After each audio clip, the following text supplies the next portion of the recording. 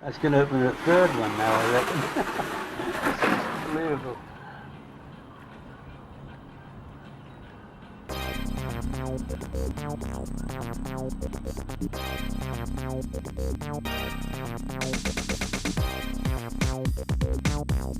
Yo, yo, yo. Sunday Fun Day in the house. Today's gonna be a crazy one, everyone. We're having, just straight up, we're having some serious technical difficulties getting Gunnar on board. But today's, I'm doing the best I can. Oh, I think I see him. I think Gunnar is in the house, everyone. Welcome to the stream. I gotta pot down the mics here. We've been trying to connect for a long time. It's been nuts. Anyway, guys, welcome to the Sunday Fun Day. Today's gonna be a wild one. We've got 3 guests on the stream today. Mr. David John Pleasance, former managing director of Commodore UK. We have Zachary Weddington, film director of Viva Amiga and the new upcoming documentary Arcade Dreams. And we also have Gunnar from Apollo Team, the OG, talking vampire. It's going to be a lot of fun. I'm just really sorry. I'm not going to be able to call out everyone in chat like I usually do because I'm under a lot of stress right now to get everything working right. But I see Arnuj. I thank you for the resub, Sigurborn. You're too kind. Thank you so much, Sigurborn. I'm going to try and I am Leg. What is up? Beaten. You're watching from the hot tub. Nice, everyone. Let me see what's going on over here. Guys, I think things are starting to work out well. I see my guests over here on my stream machine. So I'll tell you what we're gonna do. I'm gonna play a demo for y'all, and then I'm gonna come on live, and we're gonna try and we're gonna throw the Hail Mary. It's gonna be great. It's gonna work. In the meantime, enjoy this beautiful demo. It's by an amazing group. They're called Unique. Now this demo came in 5th place at Revision 2019, but if it was up to me, it would have came in even higher place because it is freaking awesome. If you have a volume control knob on your listening device, turn it all the way to the right. Here we go, baby. Let's go.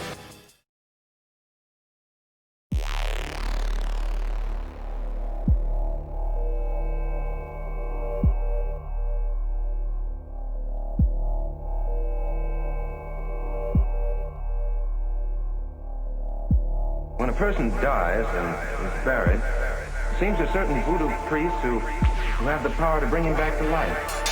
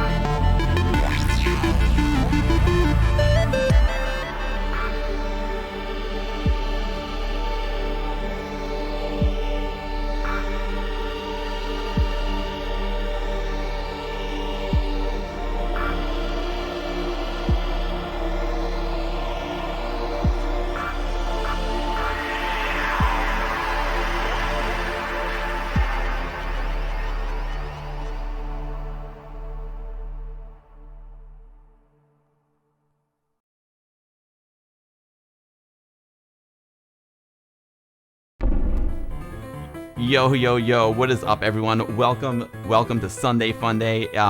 Wow, I can't even tell you. It's been the past hour has just been nuts. We had some major technical difficulties getting in touch with everyone, but welcome to the stream. We're here now. It's been totally nuts. Yo, Torque Live, thank you for the host. Let me see, Mr. Toast, thank you so much.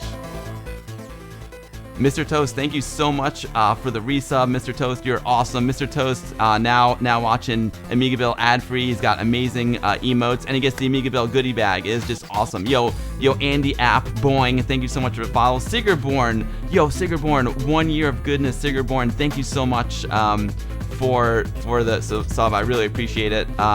Dane Archer, thank you so much for the follow. HJ181, thank you for following. Everyone, thank you so much for following. I know lots of you followed. Lots of people from David's Kickstarter followed. If you're not familiar with me, welcome to the stream. I'm Bill. I do Amiga streams every week here on Twitch, every Sunday, 2 p.m. Eastern, 6 p.m. UTC. Sometimes I do surprise streams during the week, like I did on this Thursday. I run the Westchester Amiga user group. I've been running the Westchester Amiga user group since 1988, man. We never stop meeting, never will. And I also have a YouTube channel I do with my buddy Anthony called The Guru Meditation. I want to welcome you all here today and thank you all so much for being here. The plan for today is I have 3 very special guests on. We have former managing director of Commodore UK, David John Pleasance, film director Zachary Weddington talking to us about Viva Amiga Extended Remix, and we have Gunnar from Apollo Team talking Vampire. And so David recently did a Kickstarter, a Vampire Kickstarter, and one of the perks to backing his book, The Vampire, it's called Vultures to Vampires, is everyone who backed it got entered into a raffle to win a vampire. So David is going to announce the winner today. We're going to talk some Vampire with Gunnar, and we're going to talk some Vampire with David, and we're going to talk some filmmaking with Zach Weddington. It's pretty crazy. And so guys, sorry if I'm not talking to chat as much right now. It's just we had some major technical difficulties. Like we were not able to chat until literally 1 minute past the hour. So what I'm gonna do is I'm gonna have to do a little jazz right now. I'm gonna bring up the guys. We're gonna try and get into it. I might have to change my. I didn't even have time to do my my template. I'm just trying to get everything to work. So I apologize for that. I'm usually a little more buttoned up than this, but it just went crazy today. Things went a little bit nuts. Hucky, what's up, Hucky? No problem, Captain John. Yo, Amiga Live, thank you so much for the raid. I appreciate that. Amiga Live rocks. Oh man. All right, let me. I'm gonna pull. There's my chat. There's that. Okay, cool. This will be an interesting one. I didn't even do an announcement on Twitch or Facebook. It'll be all right. It'll be all right. You're all here. I need a drink, everyone. I hope everyone's great. Yo, this is Dane Archer. I am not as buttoned up as I usually am. This is crazy. Yo, Andy Beeston UK. Thank you for the host, Andy Beeston. It's great to see you. I love all your positivity and encouragement in my Discord. I really appreciate that. Amiga Live, you rock, dude. Yo, Amiga Live, I meant to put my hat on, and I've been so stressed out the past hour. I didn't even have time to put my hat on. Maybe I'll go all natural today. I could put my wog hat on. I got my wog hat over there. The Unique Freak, thank you so much for the follow. Smash 80, thank you for the host. Let me try and get my guests on here.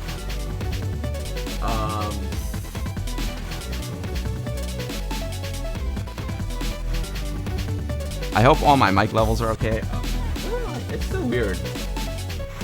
I tell you, this is so annoying. It's like I can't even monitor myself, but I see my levels are good.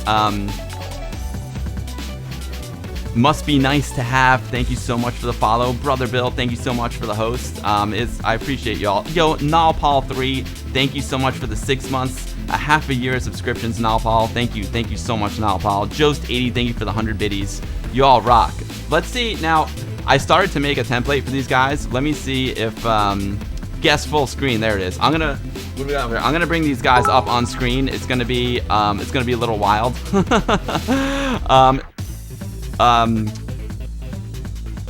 Rule of Thirds, thank you so much for the 50 bits, Rule of Thirds, and Tonair Rebellion, Tony Rebellion, thank you so much for the follow. Sigurborn, thank you for the 69 bits, Sigurd, appreciate that very, very much. Wow. All right, I'm gonna take a drink. Coconut81, thank you so much for the 291 bits. Coconut81, you are amazing. Thank you, Coconut. Wow, this is awesome. This is awesome. I tell you what, let's bring up the gang. Okay, there they are. This is looking good. I'm gonna move this up to the top. Again, guys, I apologize. Normally, this is more buttoned up here. I'm gonna do this. I'm gonna move myself. Where am I here? That's me. Let me see. Can I move myself here? I'm gonna make myself a little smaller here. I have to stop shaking. Gotta stop shaking. Let's see. There we go. Awesome. Now, as much as I love the Citrix, I'm gonna have to stop the Citrix. And I'm gonna bring up our guests. Gentlemen, can you hear me? Okay, mic check 1 2 1 2. All good, Bill. Awesome. Yeah, all good here. Beautiful, Great David. to be here. Hello, Bill. Thank you, Gunnar. Thank you so much. It's first of all, thank you guys so much for coming on. This is going to be a lot of fun. You guys are amazing. 3 of my favorite people in the community, and yeah, so we had some serious technical issues to start with, but we're all here now, and I'm super psyched. So welcome to the stream. You know, I can do here. Let's see if I can do this live. I want to label everyone. Let me see if I can do this real quick so everyone knows who you all are. If I go here, I'm just gonna navigate. Again, this is something what I'm doing right now is something I usually do offline. However, didn't have that luxury. Let's see, guest streams. Do I have it all here? Yeah, let's do this. I'm gonna bring up Gunnar. I'm gonna bring up Gunnar's label right here. Boom, love it. There he is. There's Gunnar. I'm gonna label Gunnar. This is great. There's Gunnar. Wow. All right, now I'm gonna again. This is something I usually do off stream. Zach, I'm glad you're enjoying that. I'm gonna add another image. Where are we going here? We're gonna add Zach. We're gonna add the Zach God. attack. Where are you, Zach attack? There he is, the Zach. Boom. There's the Zach. All right, my man. Zach, if you may or may not notice, but you know, at the beginning of my streams in the background, I always have Viva Amiga playing. It's pretty awesome. Gunnar, Zach, and last and certainly not least, I'm gonna add David right now. You guys are all seeing a little behind the scenes. This is something I normally do off camera, but today we're doing it live, man, because I like a challenge. Browse, boom, and we got Mr. David John Pleasance. Love it. Okay, cool. I'm gonna put David down here. All right, and gentlemen, okay, so everyone watching, welcome to the stream. I am Bill, and I have 3 amazing guests with me today. In the upper left-hand corner, from the Apollo team, we have Gunnar von Boehn. In the upper right corner, we have film director extraordinaire, film director of Viva Amiga, and film director of the upcoming film Arcade Dreams, Mr. Zach Weddington. And in the center lower portion, a man who needs no introduction, former managing director of Commodore UK and author of the upcoming book Vultures to Vampires, Mr. David John Pleasance. Welcome, everybody. Yeah, welcome to everybody listening. This is awesome, guys. Thank you so much for coming on. So let me explain everyone. The whole concept for the stream came about when David reached out to me, and if David was on the stream not too long ago, and David he launched a Kickstarter for a new book called Vultures to Vampires. Now, David's first book was all about his time at Commodore and his experience at Commodore UK, and he stepped away from it for a while, and now he wants to make a book about what happened after Commodore, and he's making this book called Vultures to Vampires. David, you want to tell us a little bit about this book and this Kickstarter? Absolutely, yes. The book picks up from the day in the courtroom, the auction of the Commodore Amiga assets in New York, where I was actually there in the courtroom, and that was the day when ESCOM won the bid and took over the Commodore Amiga assets. And the book continues on about how they failed, why they failed, who came into the scene next, Amiga Technologies, and then we went into a whole lot of different companies who bid for it. Some individuals who bid for things, who bought trademarks, they bought IPs and various other things. Some of it, I think, was with very good intention, and others, I think, was just a matter of trying to get greedy and make a quick buck.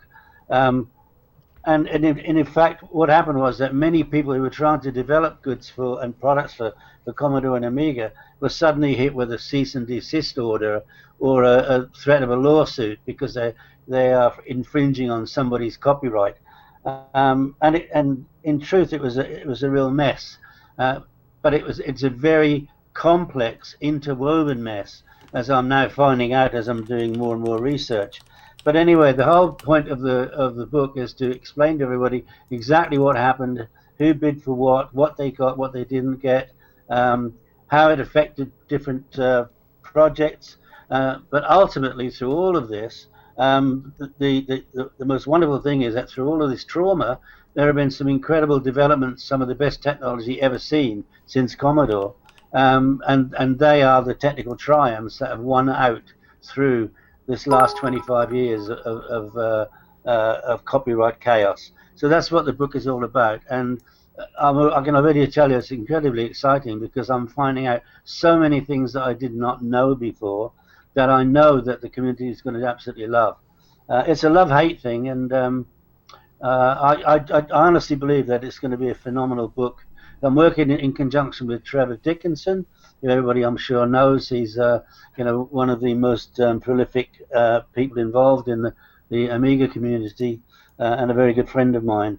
So the plan, we did a Kickstarter, and as part of the Kickstarter, I made a promise that because I was involving obviously the vampire products, it's part of the title of the book, which I have to be honest with. I love the title. I think From Vultures to Vampires is a brilliant title. And talking to Gunnar and Miriam, they very kindly donated Vampire 4 standalone as a prize, which was a raffle, and everybody who backed the Kickstarter, and there were 1,006 people who backed this Kickstarter, and we reached 171% of target. So thank you so much for everybody. That's a brilliant result. And anyway, just a few minutes ago, we drew the winner, and I can tell you that the winner is a gentleman that has come from Germany. His name is Rudolf Petri, and he was back in number 410, 410. So he is the winner of the Vampire 4, and if he's listening, give a shout, because I think you should be pretty pleased about that.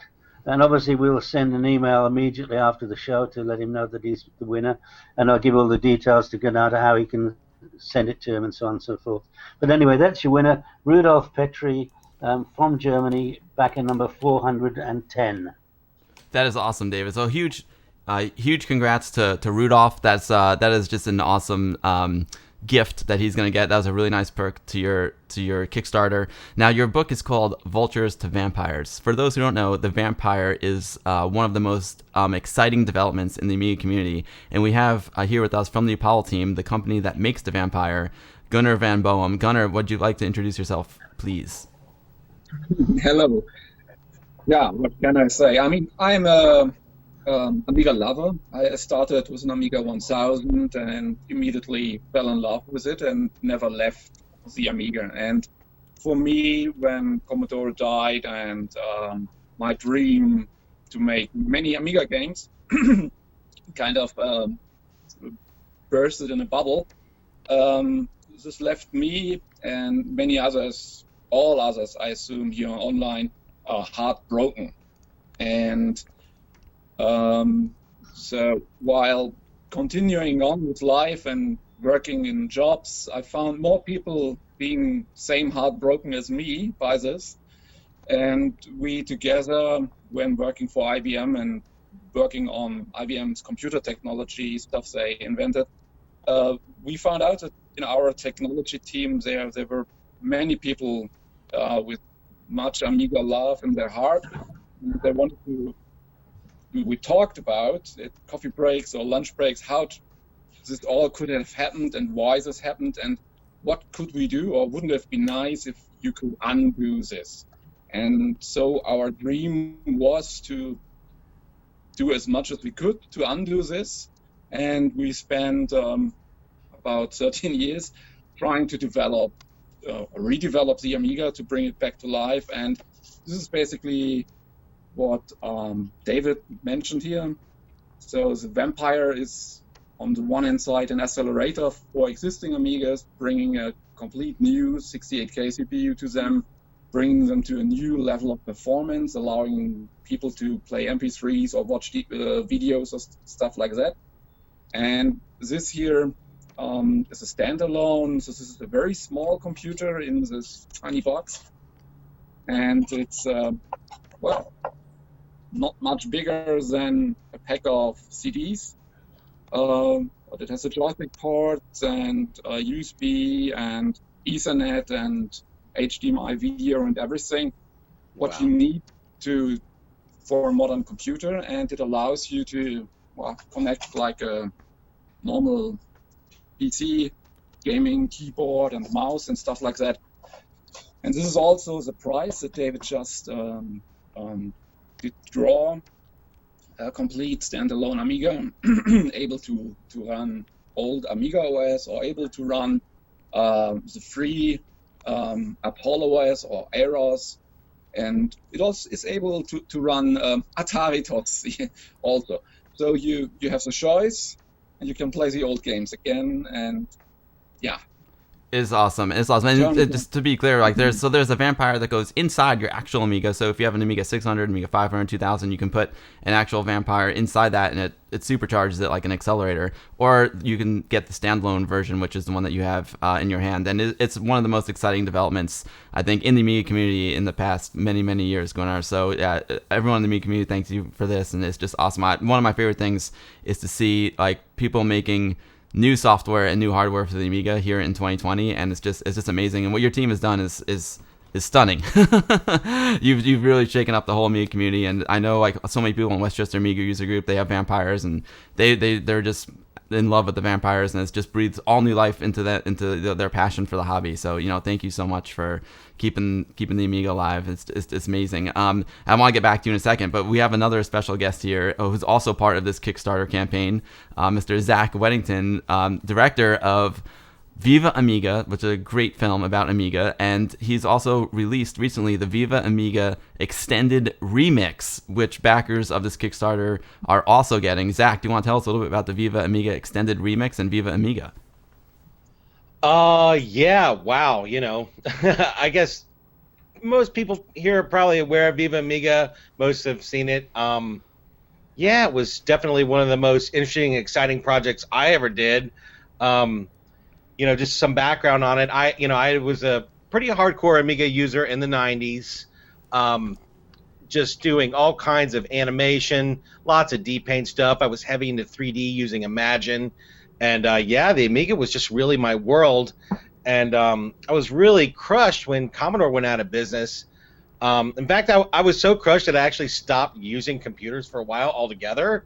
Back in the 90s, the video world was still pretty much analog. You know what I mean? We were using tape decks, and there was, just not, digital video wasn't really on the scene yet. So I didn't feel a need for a computer, you know what I mean? If it wasn't an Amiga, I just didn't care. And yeah, it was sad for me what happened with the Amiga. It really crushed me. And many years later, I guess this is probably, I don't know, 2008 or 9. I went to the Vintage Computer Festival, something that Bill knows about, VCF East. And when I was there, I saw, an Amiga 1200, running all my favorite programs from back in the day. And it just, sparked this, wave of nostalgia for me. And yeah, I talked to some of my friends who were part of VCF East, and they hooked me up with people like Dave Haney and Bill Hurd. And, we started the project with absolutely no money. I happened to be working at Comcast at the time, and we had a studio, and we would sneak in there, nights and weekends to get some footage shot, just enough to get us going. Wound up launching a Kickstarter campaign to get the rest of the movie shot, and traveled all over Europe with great people like Marvin Trogsma, and went to the Netherlands, Germany, captured stories there, and yeah, the film came out great. Definitely took us some time to do it. It was pretty much a hobby. There wasn't a whole lot of funding for it, so I worked on it real hard whenever I could, while working this 60-hour-a-week job at Comcast. And yeah, we ended up finishing the film and got a little distribution deal for it. And I was so amazed that when we released it, we started hitting #1 spots all over the world on iTunes for documentary. And we got some love from some great places like the Henry Ford Museum, a very prestigious museum in Detroit, where we showed the film in IMAX, and it went awesome. The thing is, the fans just, they liked the film so much that they wanted to see more. So, over the next couple of years, we kind of were beating our brains of a way to do that. There wasn't any funding to make that happen. It's I worked so much on my client work that there just wasn't really any time to work on it. But Trevor Dickinson approached me, and together we worked out a way to get it done. That was back in December, and yeah, we worked on it early this year, and now you can watch a whole 2-hour, 38 minutes of Viva Amiga if you want to. And yeah, it was really awesome. I had to go and resurrect old hard drives that I hadn't booted up in a few years, and just I was diving in there. And yeah, I'm even going to be dropping some more little treats that I found in that footage on the Viva Amiga Facebook. So keep an eye there. Zach, that's amazing. So how long was the original Viva Amiga film? It was like just over an hour. Right. But it's a very intense hour. You know what I mean? I talked to fans while I was working on it, and they're like, just you have to make it the best film you possibly can. And I just wanted to make a film that people were, kind of wowed by, and they were.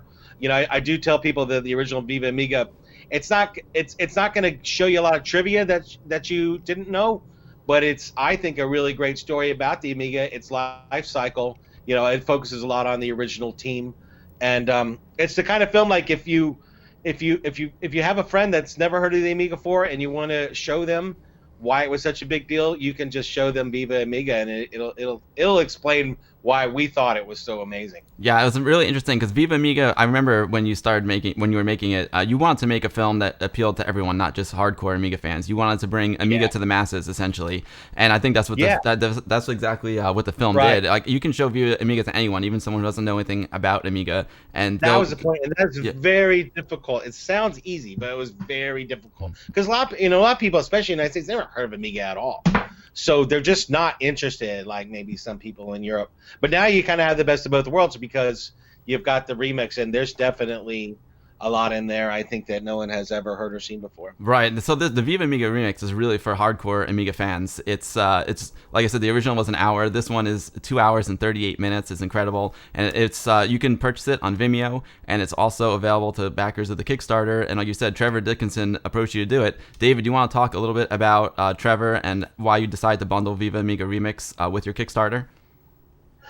Yeah, I think how it came about. I had no idea that Trevor had actually financed the remix project, but sort of halfway through the Kickstarter, remember that this is in unknown times previously with this COVID-19 thing. We had no idea whether people had the money, if they were worried about keeping their jobs, or whether they'd already lost their jobs and so on. And anyway, we reached our target, but then I wanted to put a stretch goal to try and really get as much as I could out of it. And then Trevor said, "Oh, by the way, I own the rights to this the extended remix, and how about we offer that as a stretch goal?" And to be honest with you, I nearly fell on the floor. I had no idea that was even available, and I thought there cannot be anything better on the planet at the moment than to offer what everybody has been waiting for a very long time, this extended version.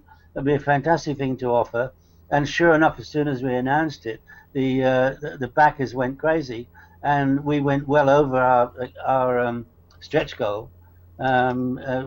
Stretch goal was 35,000, and we ended up with 42.7. So there's no question about it that as a sweetener for the deal, it was absolutely spot on, and I'm very grateful to Zach, of course, for all the work, and for Trevor for volunteering it. It's just one of those things that sometimes things seem to fall together, and this project, the Kickstarter project, working with the Apollo guys and with Zach and Trevor, it's all come together in such a beautiful way. I'm thrilled to bits. I really, really am, and and I thank everybody who backed the Kickstarter. And by the way, the book is now on pre-sale as well. If anybody wants to go to downtimepublishing.com, you can pre-order the book, because we're still anticipating, we're getting a bit tight, but we're still anticipating shipping around about February of 21. So, I mean, we may slip into March because unfortunately we run into the Christmas period where all the printers are booked up well in advance because of people wanting their products out for Christmas. And I decided to make sure it was after Christmas because I knew we would run into this. But hopefully we'll be on time for February, March time anyway. Excellent, David. And another little announcement to make that I'm pretty excited about is I'm going to be writing the foreword to the book, and that I've never written a foreword to a book ever. I'm super honored that David and Trevor asked me to write the foreword, and I couldn't be happier. So, David, thank you so much for the honor of writing the foreword to the book. I'm super excited. Thank you. Well, this is a community that we are all involved in, one that I'm, incredibly proud to be a part of, and you got to remember that. I was a very, I guess, significant figure in Commodore during Commodore's live days, but I was out of the scene for 25 years.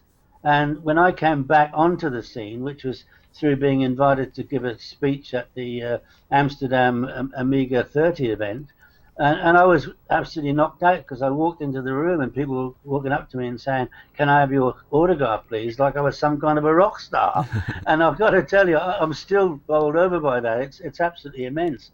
And in a way, that's why this second book is a real challenge, because the first book, I had all the knowledge, I had all the information, most of it was already there in my head.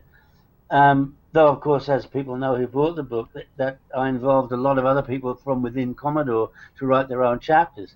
But in this instance, I've had to do a lot of research because I didn't know what happened. I turned my back on it. I was pretty battered and bruised, to be honest with you, after we were cheated out of our management buyout of Commodore. So I've had to do an awful lot of research, and luckily for me, Trevor has done an amazing job. He's kind of catalogued everything as it happened. The only problem that we've got is that it's not been written in a way that you can easily dissect it, either by chronological order or by company. It's kind of all interwoven, and that in some ways it's good because it means that I have to read everything, and therefore I get a better understanding of it. But to be honest with you, it's quite difficult. We're trying to define moments in time when these things happened, and then not only are we reporting about how it was reported back then, we are contacting the people that were involved back then and saying, can you comment on it now? What are your thoughts about what happened all those years ago? So we're bringing an up-to-date perspective on what happened all those years ago. But it's very hard to do, which is why I said I'm just putting it out there that we may run a little bit late with our planned launch date, but please bear with us because it's going to be worth it. Oh, I'm sure it is. Now, the book, you said, thank you for putting the link there, Brother Bill. It's still available for pre-order. If someone pre-orders the book now, do they still get any perks from the Kickstarter? Do they still get the Viva Amiga Extended Remix, or was that a Kickstarter only? No, that had to be Kickstarter only. Otherwise, you know what happens, that the Kickstarter backers rightly complain.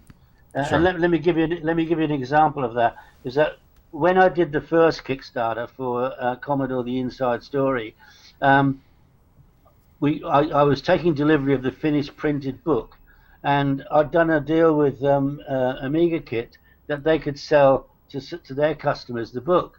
And so when I had the book delivered, I had I think it was the first order was 1,750 books, and I actually I had 200 of them sent to Amiga Kit directly from the printers to save shipping it twice. And of course, as soon as it arrived, I hadn't even thought about it. Matthew Lehman put the book on sale, and the Kickstarter backers went crazy because it was on for sale for people who hadn't backed the Kickstarter before I'd even had a chance to ship it.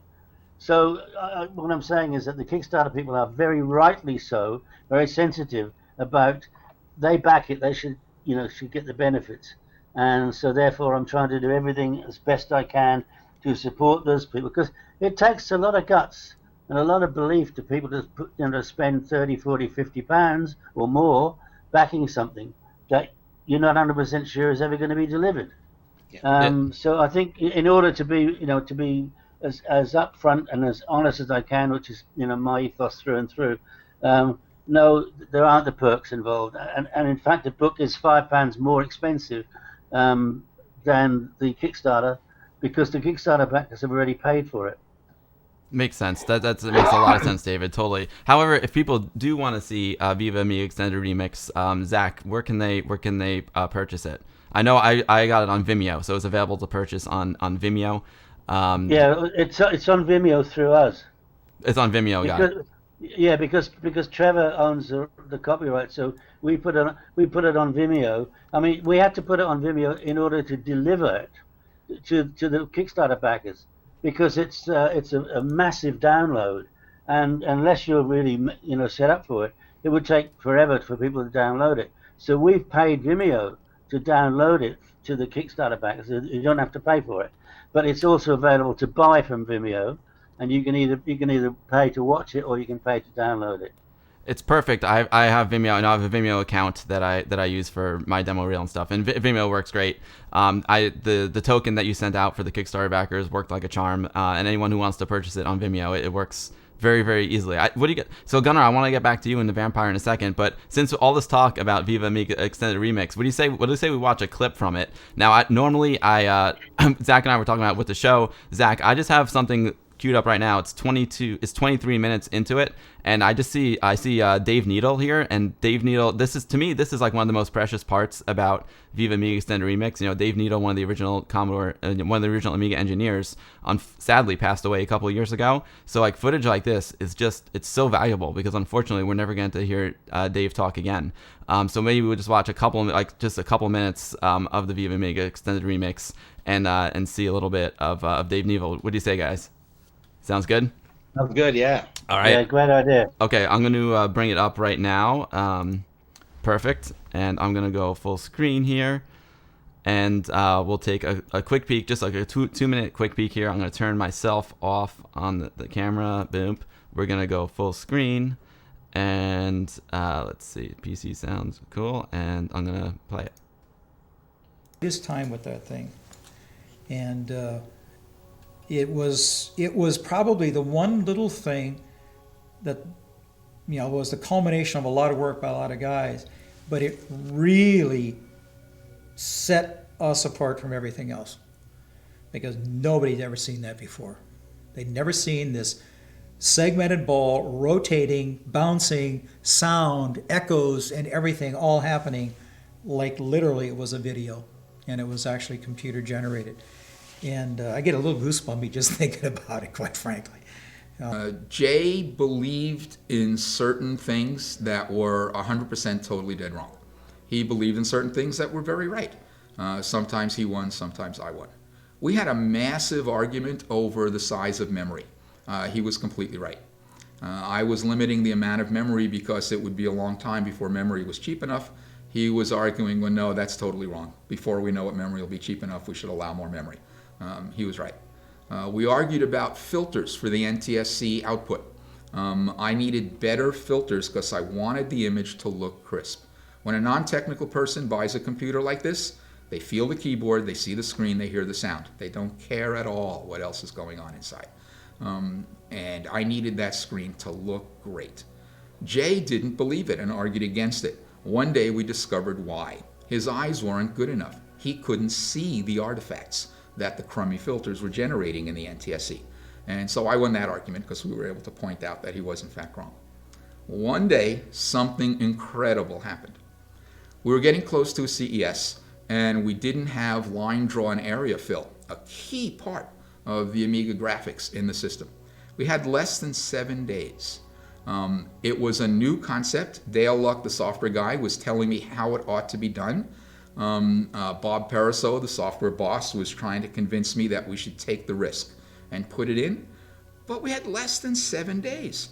Draw the silicon, design it, architect it, test it, convert it into wire apps, write the PAL equations, build the boards, run the software. 7 days? We can't screw up the machine that badly. We have CES coming up.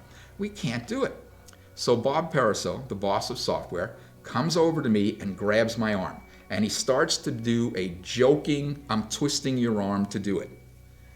Well, that was it. We had no choice. We had to put in line draw.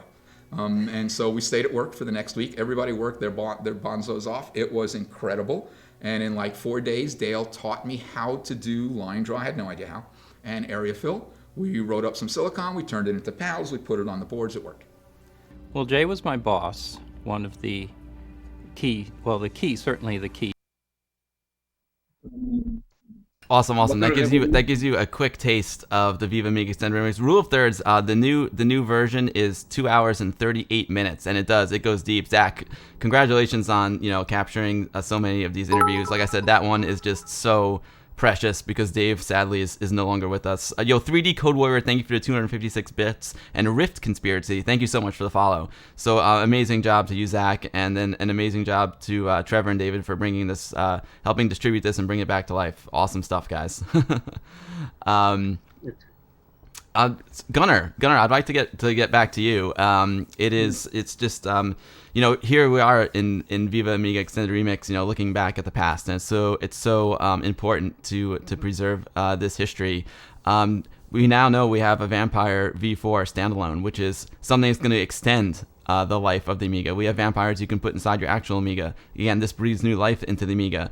Can you tell us about any future plans or your vision of the future for Apollo Team and what you guys have planned, and anything that you could share, even if it's just broad scope? Well, we don't have so many plans. We just want to revive Amiga and make Amiga again the computer number one in the world. Seriously, I mean the team of the Apollo team is all Amiga fans, and they're deep by heart Amiga fans, which would still use Amiga every day. And our goal is to make Amiga usable so that you can also play the old games, Bubble Bobble, Gianna Sisters, Turrican, you know them all. But also have a system which you can do a little bit more. Yeah. So the Vampire 4, for example, has 500 megabytes of fast memory, which allows you to do more stuff than you could do with your Amiga 500. And the display is true color, and you can access big flash drives. So it's a real Amiga, which at least me always dreamed Commodore would produce in the 90s, but never did, right? Like the Amiga 5000 or so.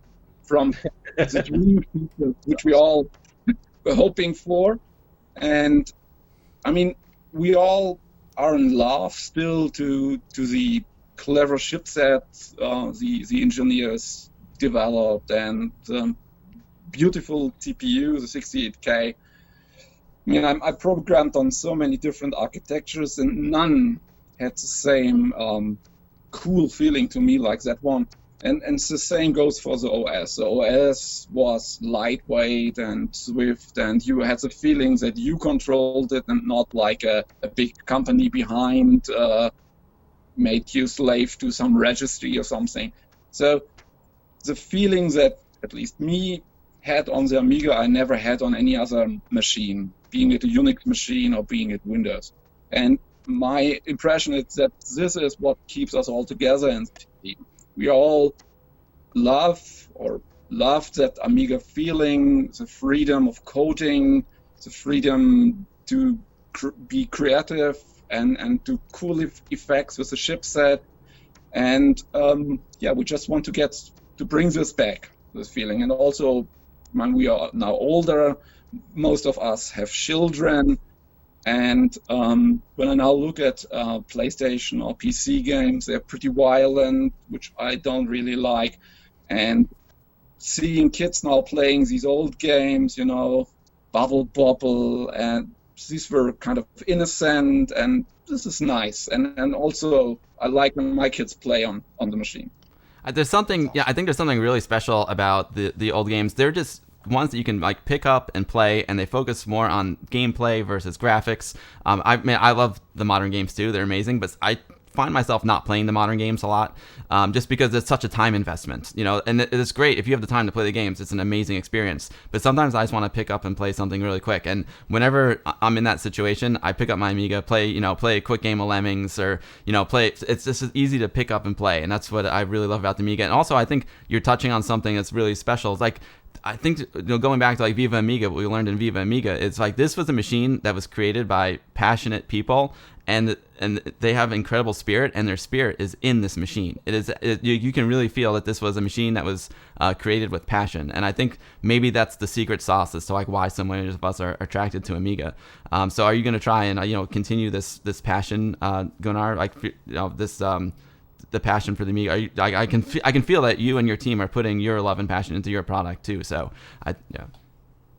Indeed, I mean, you know very well that we started like 13 years ago, and we spent a huge amount of time trying to understand the Amiga chipset, to reinvent it.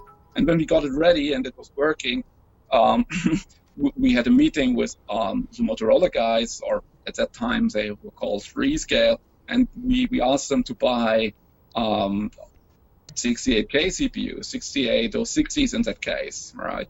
And at that point of time, Freescale had died off the line, and they said, even if we give them $1 million, they can't sell us anymore because the blueprints are gone, the factory is out of order.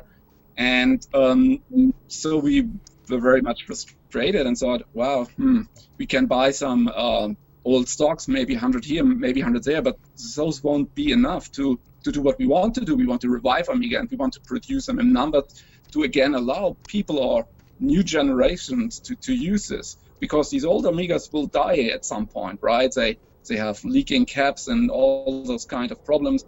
So we were wanting to revive this, and we then came in the team. We were working in CPU development for IBM, to the conclusion that the only way to revive this is to also recreate the CPU.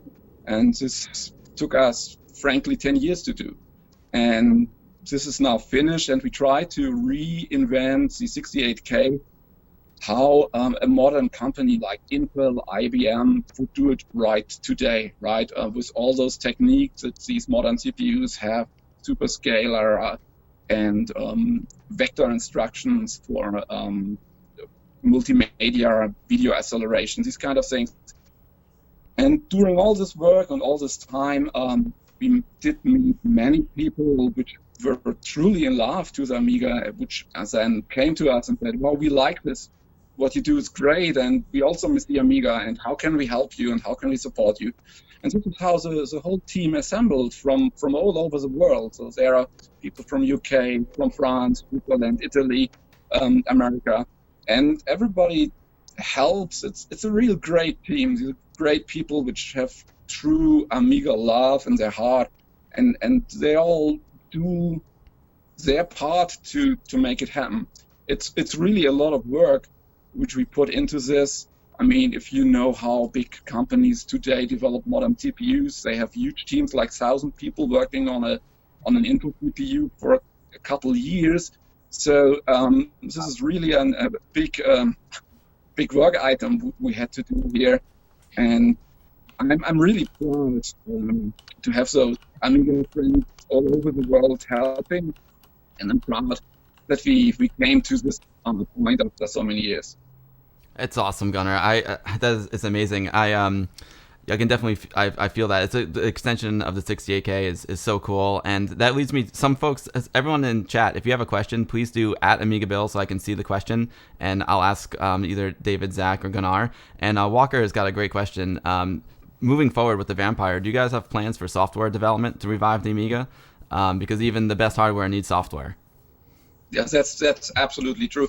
I mean, right now we are putting quite some work into improving and helping the Eros. Eros is, as you should certainly know, free Amiga OS development, and Amiga is kind of plagued by nobody knows who owns what. And having a free option for an operating system is, in my opinion, the only solution to revive Amiga. And our team really works hard here to make this polished up and really good looking and responsive. And I think we're on the right track. And in a few months' time, you will hardly see a difference between the old Amiga OS 3 Commodore with the chip and this Eros. Eros and the edition brings a number of new stuff, like it's a USB stack and even Ethernet stack. So you can access USB devices with these machines now, and you can browse right through the internet. So this is pretty cool, I think. And well, there's a lot of developments going on. Like maybe you've seen the Diablo plot. Diablo was for me a game which I thought was a bit jealous on the PC because we didn't have that on the Amiga in the old days. It was a pretty cool game, I thought. And so some guys of our team helped to port this to the Amiga and make it run on the Vampire, and it runs pretty cool. It runs much faster than on a Pentium Intel machine ran on in the old days. So it's very playable. And we are working right now also on some more secret projects, like a PC game from the time of Area 2000 around. We are porting to the Amiga now because, as you know, the CPU is a lot faster than the old Motorola CPUs ever were. And this allows us now to run games on the Amiga which weren't possible in the 90s. It's awesome. It's awesome, Gunnar. It's a great plan. You know, I think in addition to like being able to run some of the classic games that could never run on Amiga before, something that would be exciting for me is to see people develop new games like specifically for the Vampire.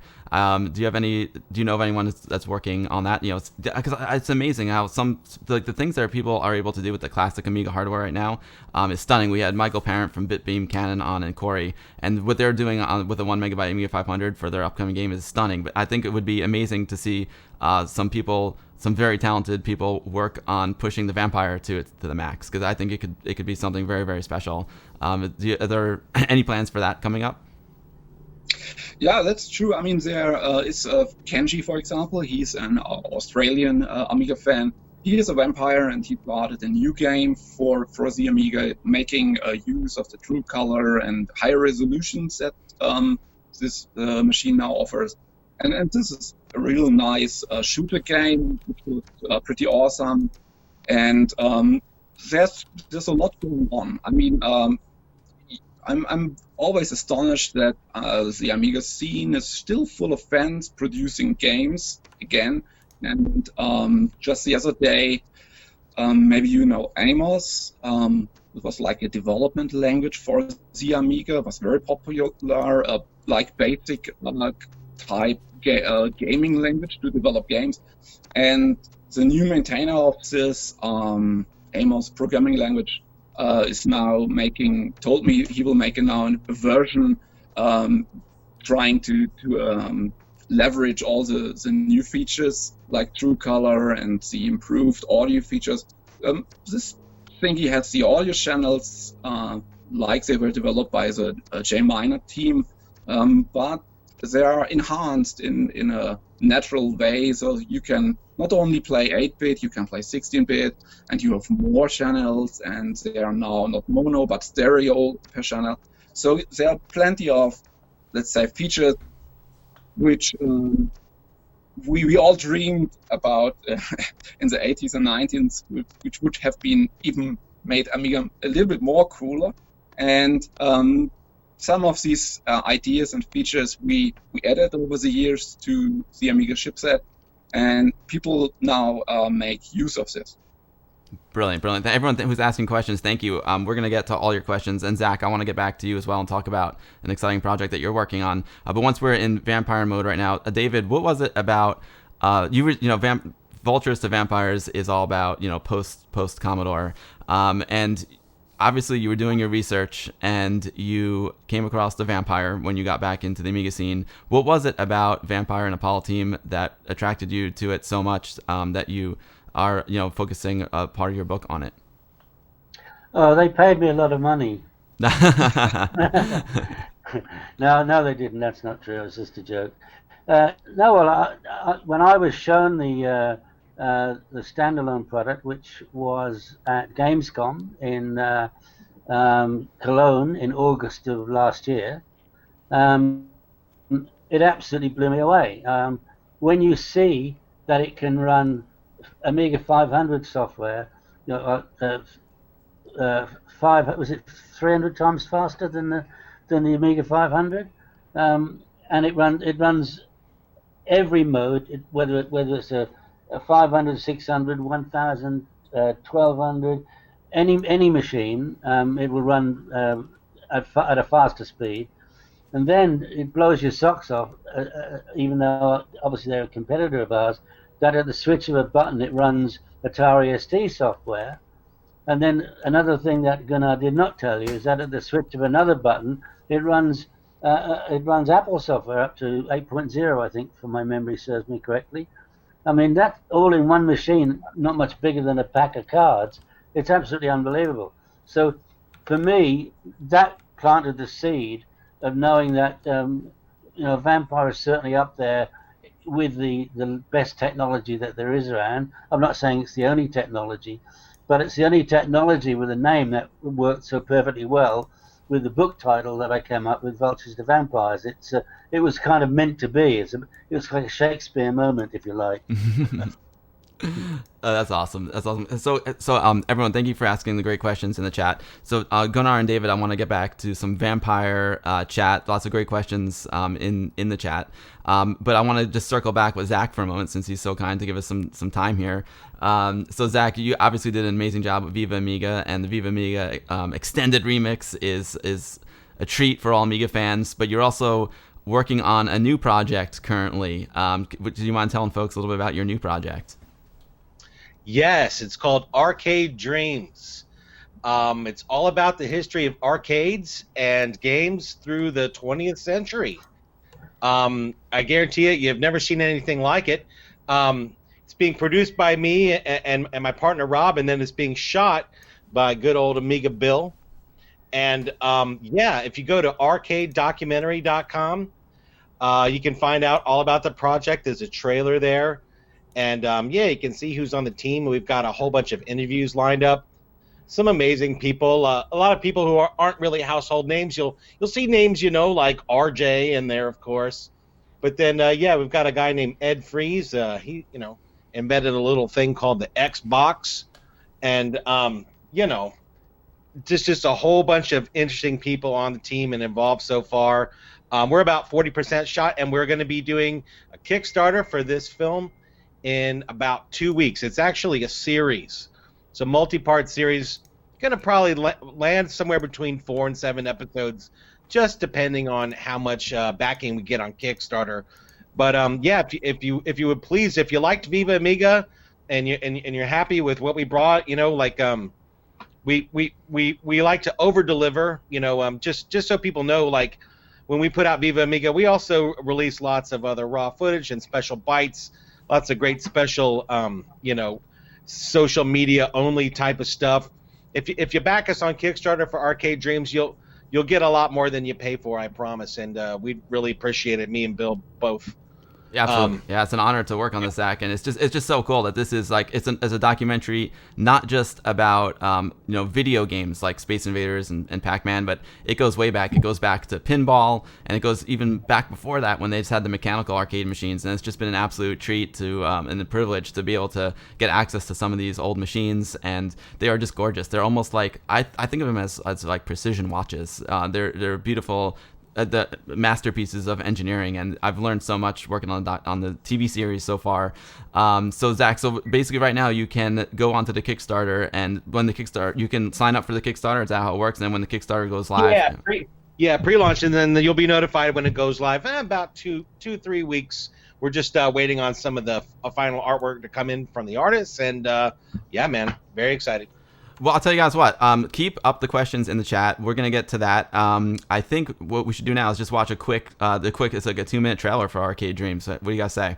We'll watch a quick trailer, and then we'll get back and we'll ask Gunnar and David some questions. Lots of great questions in the chat. So thanks everyone for hanging out today. It's a 3-minute trailer. We're gonna check out the Arcade Dreams trailer, and definitely give Arcade Dreams a back on Kickstarter. You won't be disappointed. Zach is putting his heart and soul into this project. I know I talked to him a lot, and he's extremely passionate about it, and it's gonna be fantastic.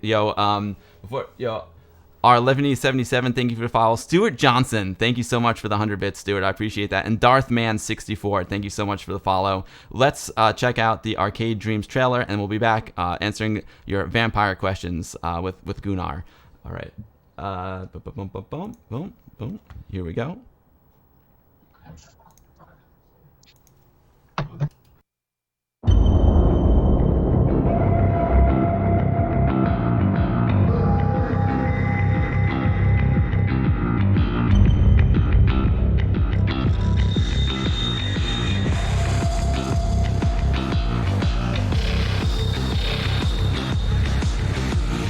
The seductive world of video games. The illusion of power at 25 cents a shot.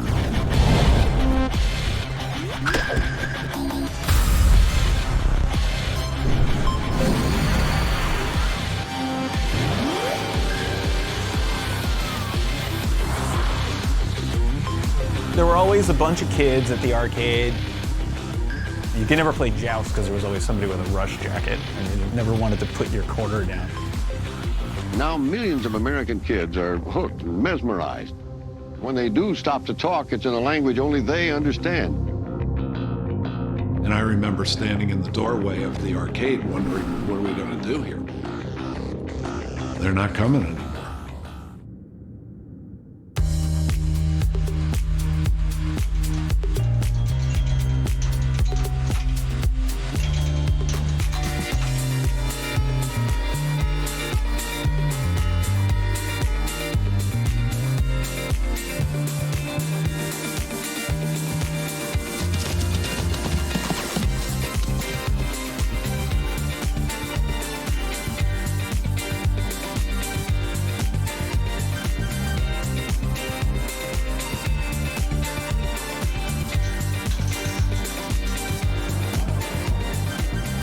I've got 40, 50 machines here.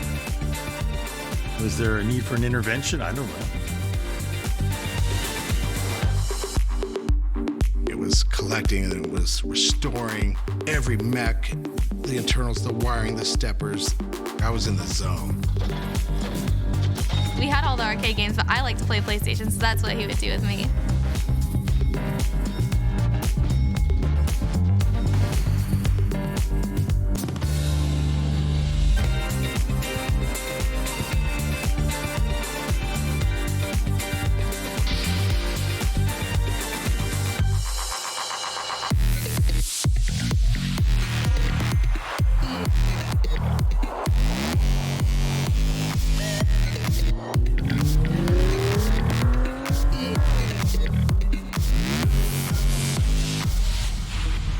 It's a good place for people to just be a kid again. There's people that come in here who come in and play the same game for 6 hours because they can't find it anywhere else.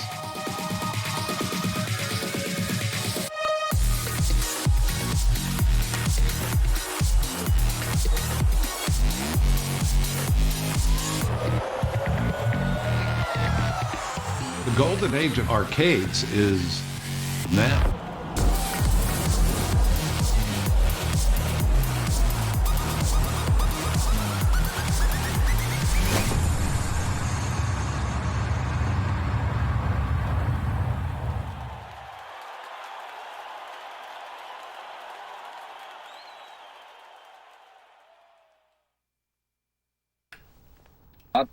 Awesome, amazing work, Zach. That's just that's incredible. Congratulations, Zach. It's the trailer's awesome. The series is going to be amazing. Mark, thank you for the kind words. DJ Billy Ness, thank you for the 10 words.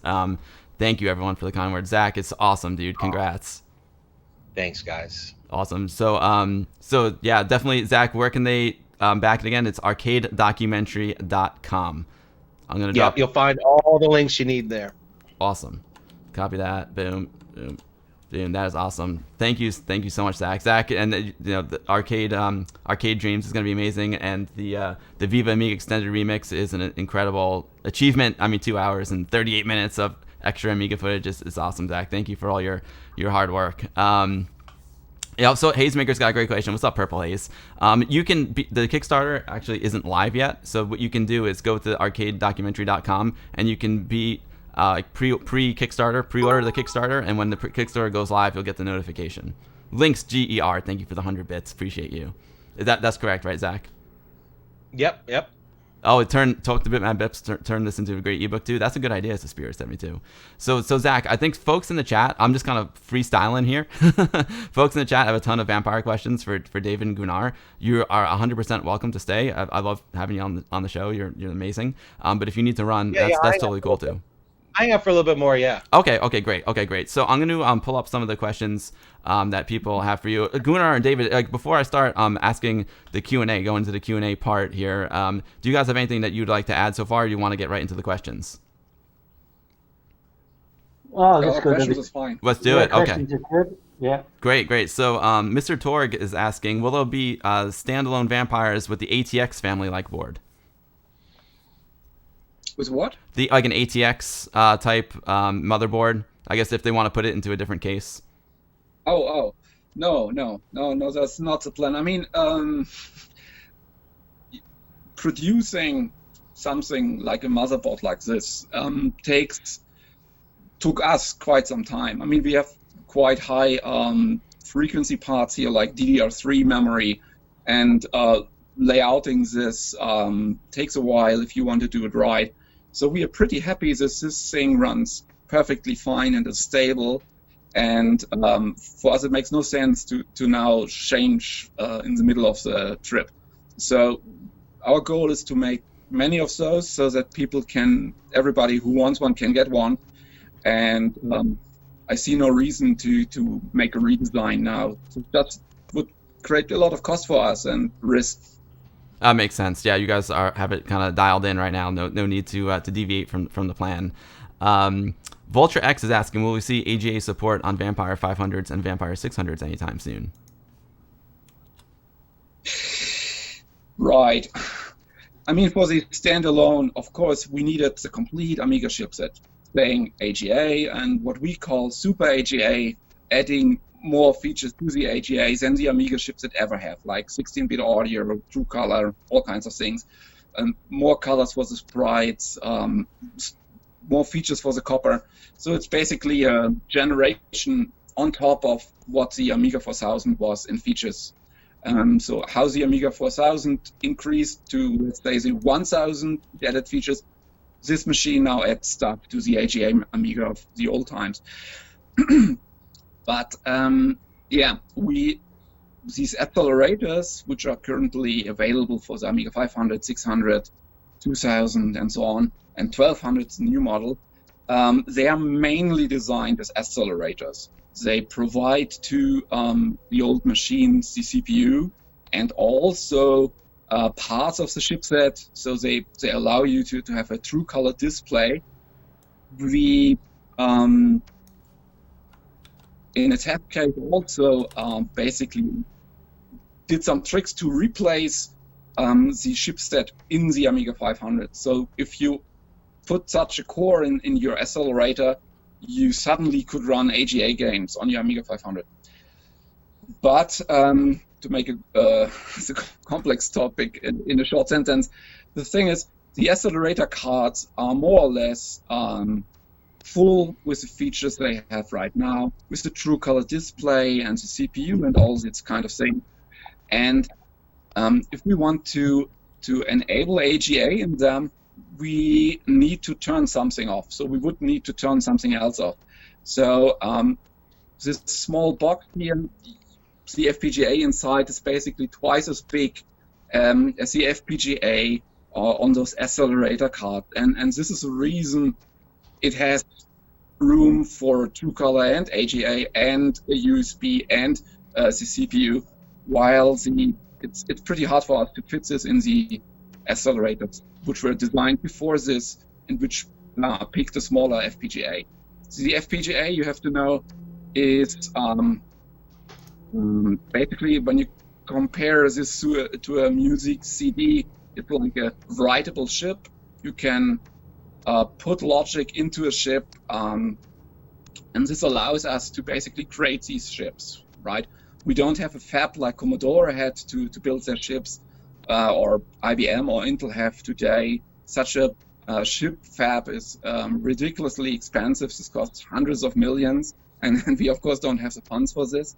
And you can go to such a company and you can make a ship run, but even this takes a huge amount of money. If you do this, you need $500,000 or $250,000 to make this happen, and we don't have the money.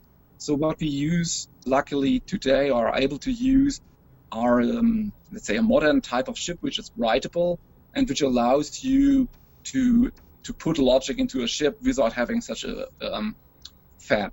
And the accelerators, they have a certain size, these ships on them, and the standalone has a much bigger one, and this is why we are able here to have more features. Got you. There's a simple answer to the question. Buy a Vampire 4 standalone. That's the answer to the question. If you get everything you need on it. So, you know, why expand an accelerator when you've got everything you want on the standalone?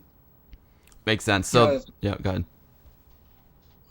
Yeah, I'm saying, so basically interesting. So the 500, 600 Vampire is really designed more to be an accelerator, and then you're kind of taking the AGA forward with the standalone. Because it's larger and has more capabilities, and it's just the physicality of it as well.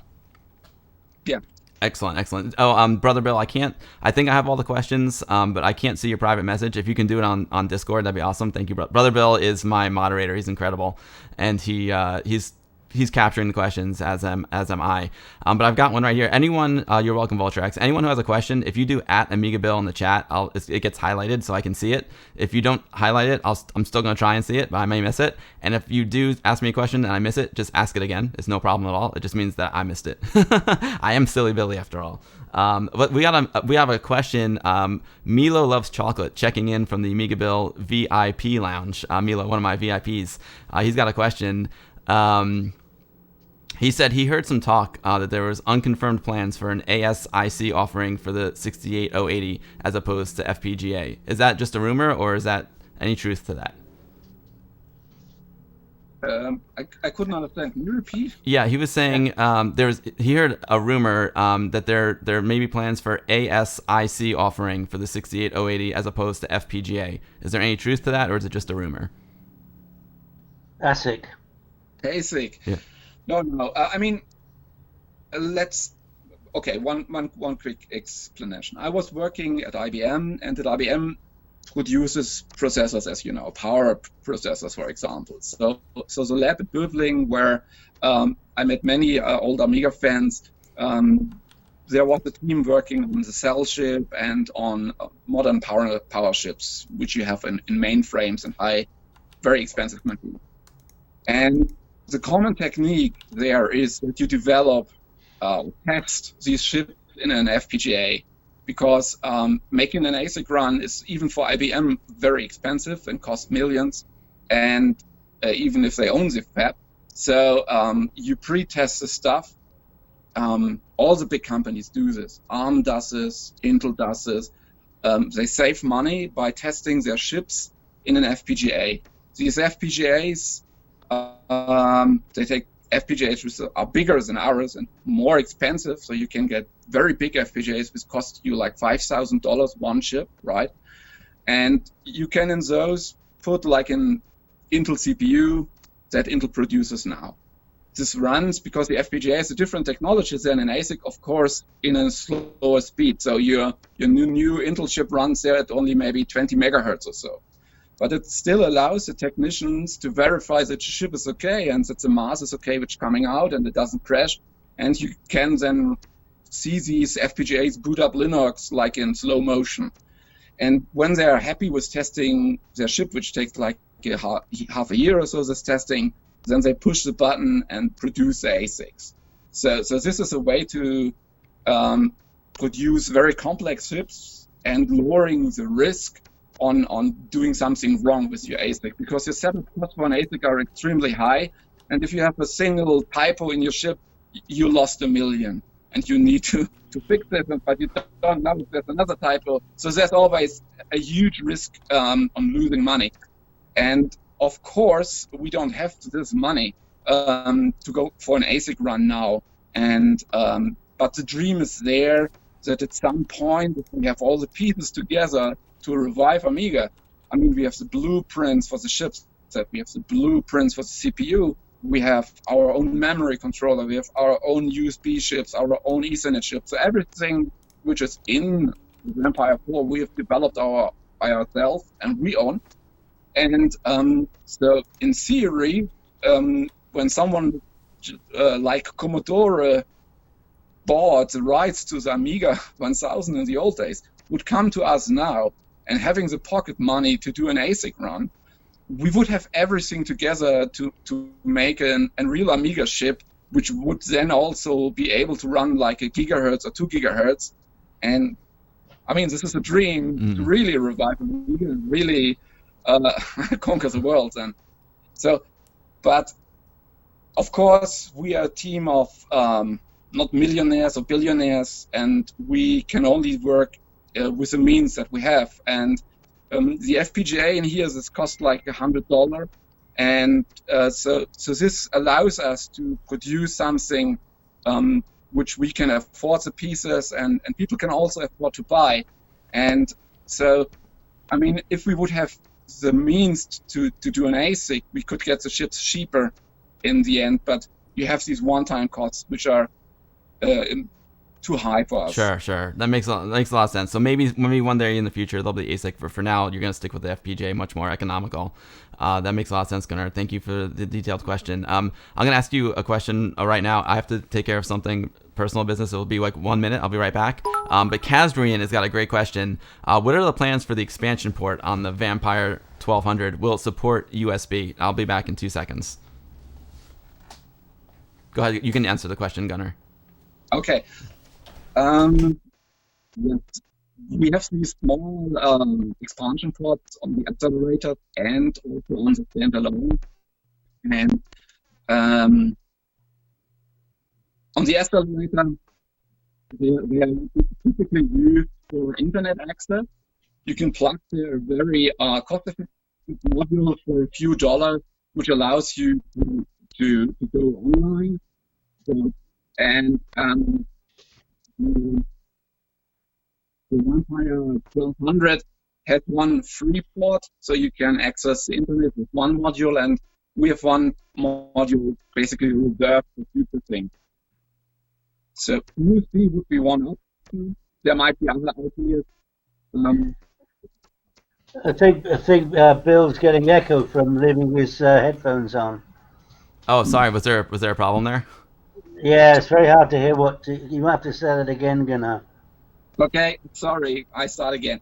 Yeah. So these accelerators for the old Amigas, these Vampire cards, they have like an expansion port, and this expansion port is designed typically used for plugging in an internet module, which is very low cost.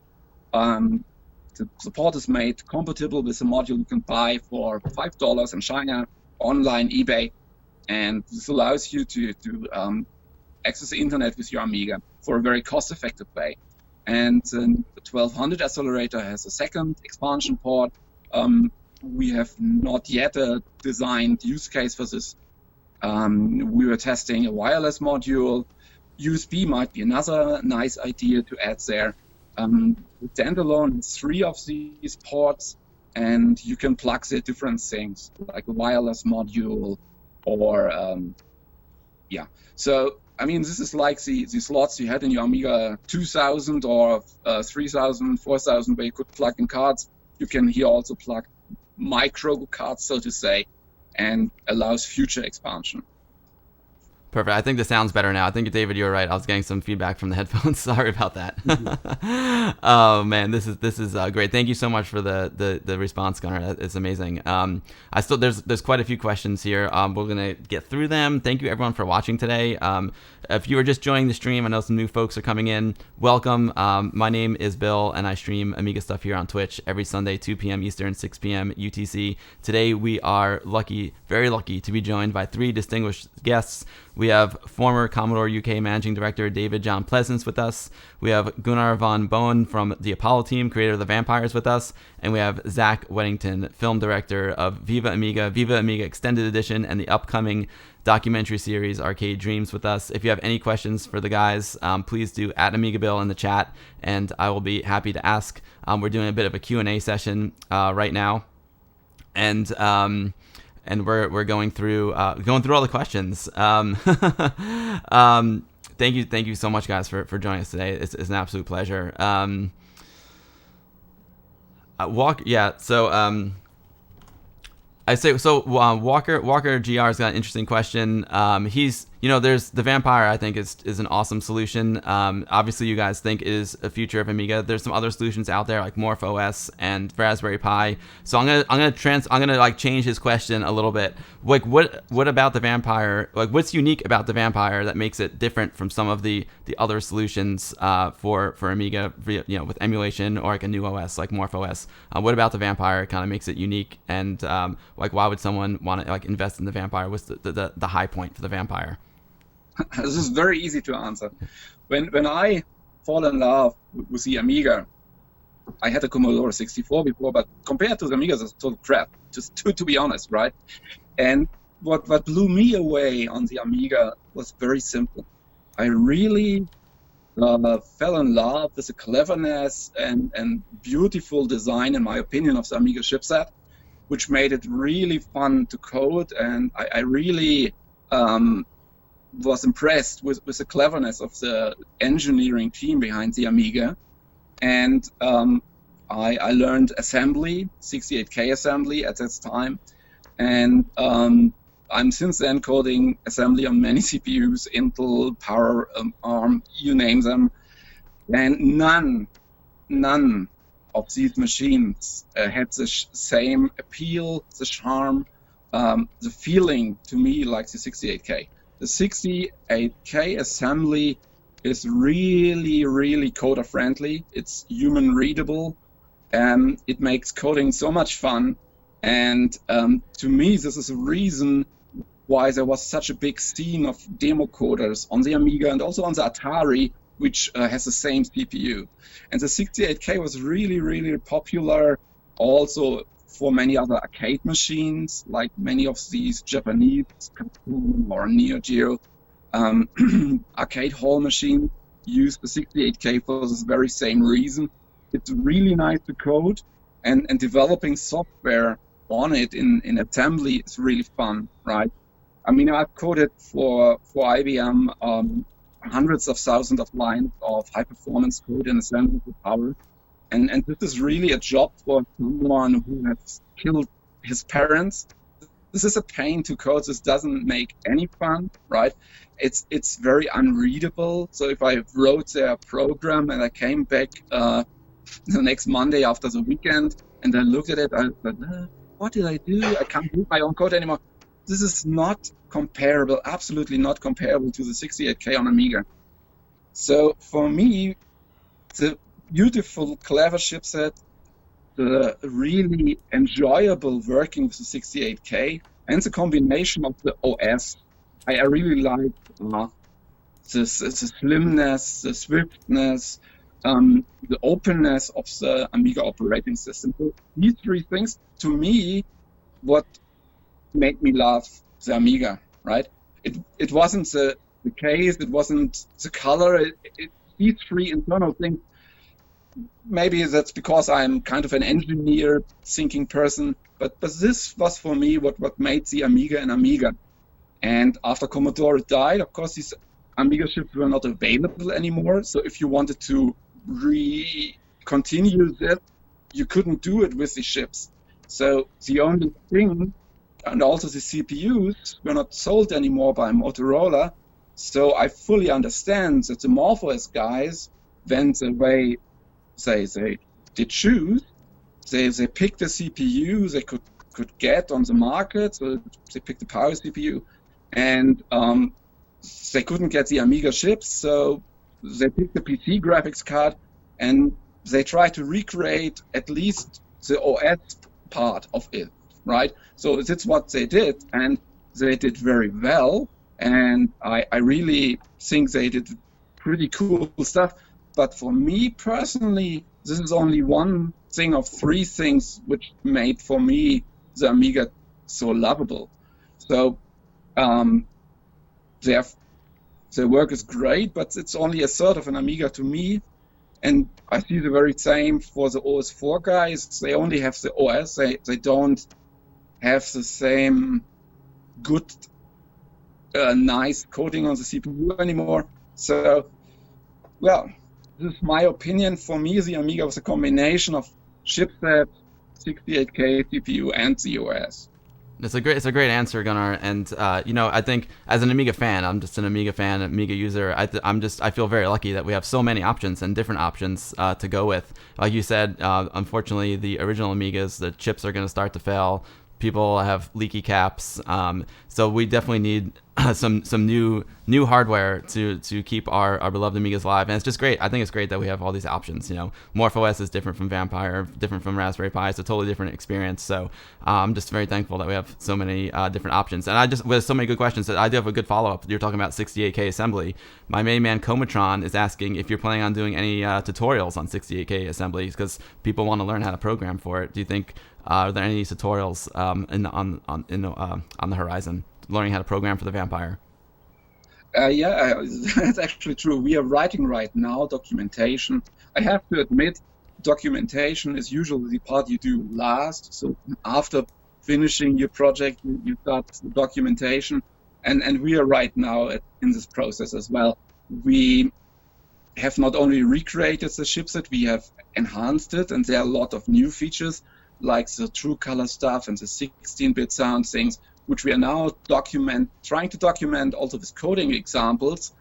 And actually my son is pretty young, he's 13, and he started this summer with me to write his first assembly game. And it's a very small, you're flying with a spaceship through an asteroid field kind of game. So like an old Commodore game from the 64 times, but we are using there lots of these new features, like these new 16-bit audio playback and so on. And I'm trying to give here example with coding snippets how you can play a complete song, or how you with 5 assembly instructions can make an explosion sound and these kind of things. So this gives I think us some examples how to teach people also how to program on the 68K, and you can, with pretty little coding, make some nice games. That's my feeling. Like I was saying before, I can't wait to see what people can do with the Vampire when they want to push the Vampire to the max. I think there's going to be some really exciting and unique games and applications for it. David, I know you're very much into the Vampire. What are you going to cover other options? Like other things like MorphOS in your book? Yes, we intend to include everything that we know about, and I encourage anybody listening, if you're working on something. Well, there's actually 2 issues here. If anybody's working on something new that they would like us to cover in the book, get in touch with me. Email at davidpleasance.com. Send me what you want. I'll get in touch with you, and then we'll be very happy if we can fit it in. We will definitely do so. The other thing is that if during the last 25 years you have experienced some very bad copyright activity, action against you, or threats against you when you're trying to develop something, again, tell us about that, because it's 2 sides to a story. It's the bad side, which really gives endorsement to the good side, that people have, in spite of all of the difficulties that they had during the last 25 years, with people claiming that they own things and they've got to be paying royalties and what have you. But in spite of all of that, there has been incredible technology developed. And yeah, we want to cover it all. But it just made very good sense, as I said earlier, to use the title From Vultures to Vampires. It's a fabulous title, and it just brings people's mind immediately to what the book is about. But that doesn't in any way, shape, or form mean that we're going to exclude any other technology. We want to report all of it, as much as we possibly can cover. We welcome it. That's awesome, Zach. I feel another documentary is gonna have to get made with all this exciting new stuff in the Amiga community since Viva Amiga. Maybe are you feeling pumped over there too, Zach? Yeah. Wow, it makes me think like, everyone's talking about we should do a Viva Amiga too. Like, why not? Yeah, you should. Yeah, exactly. You should do because Like it could be something that we combine with other product sales. You know what I mean? Like I like the idea that the remix went along with the book. What about the next generation that goes along with some of the new, Amiga hardware that's coming out? It's an idea. Yeah, the thing is this, everybody who's listening, is that what people don't know, even though we've included, the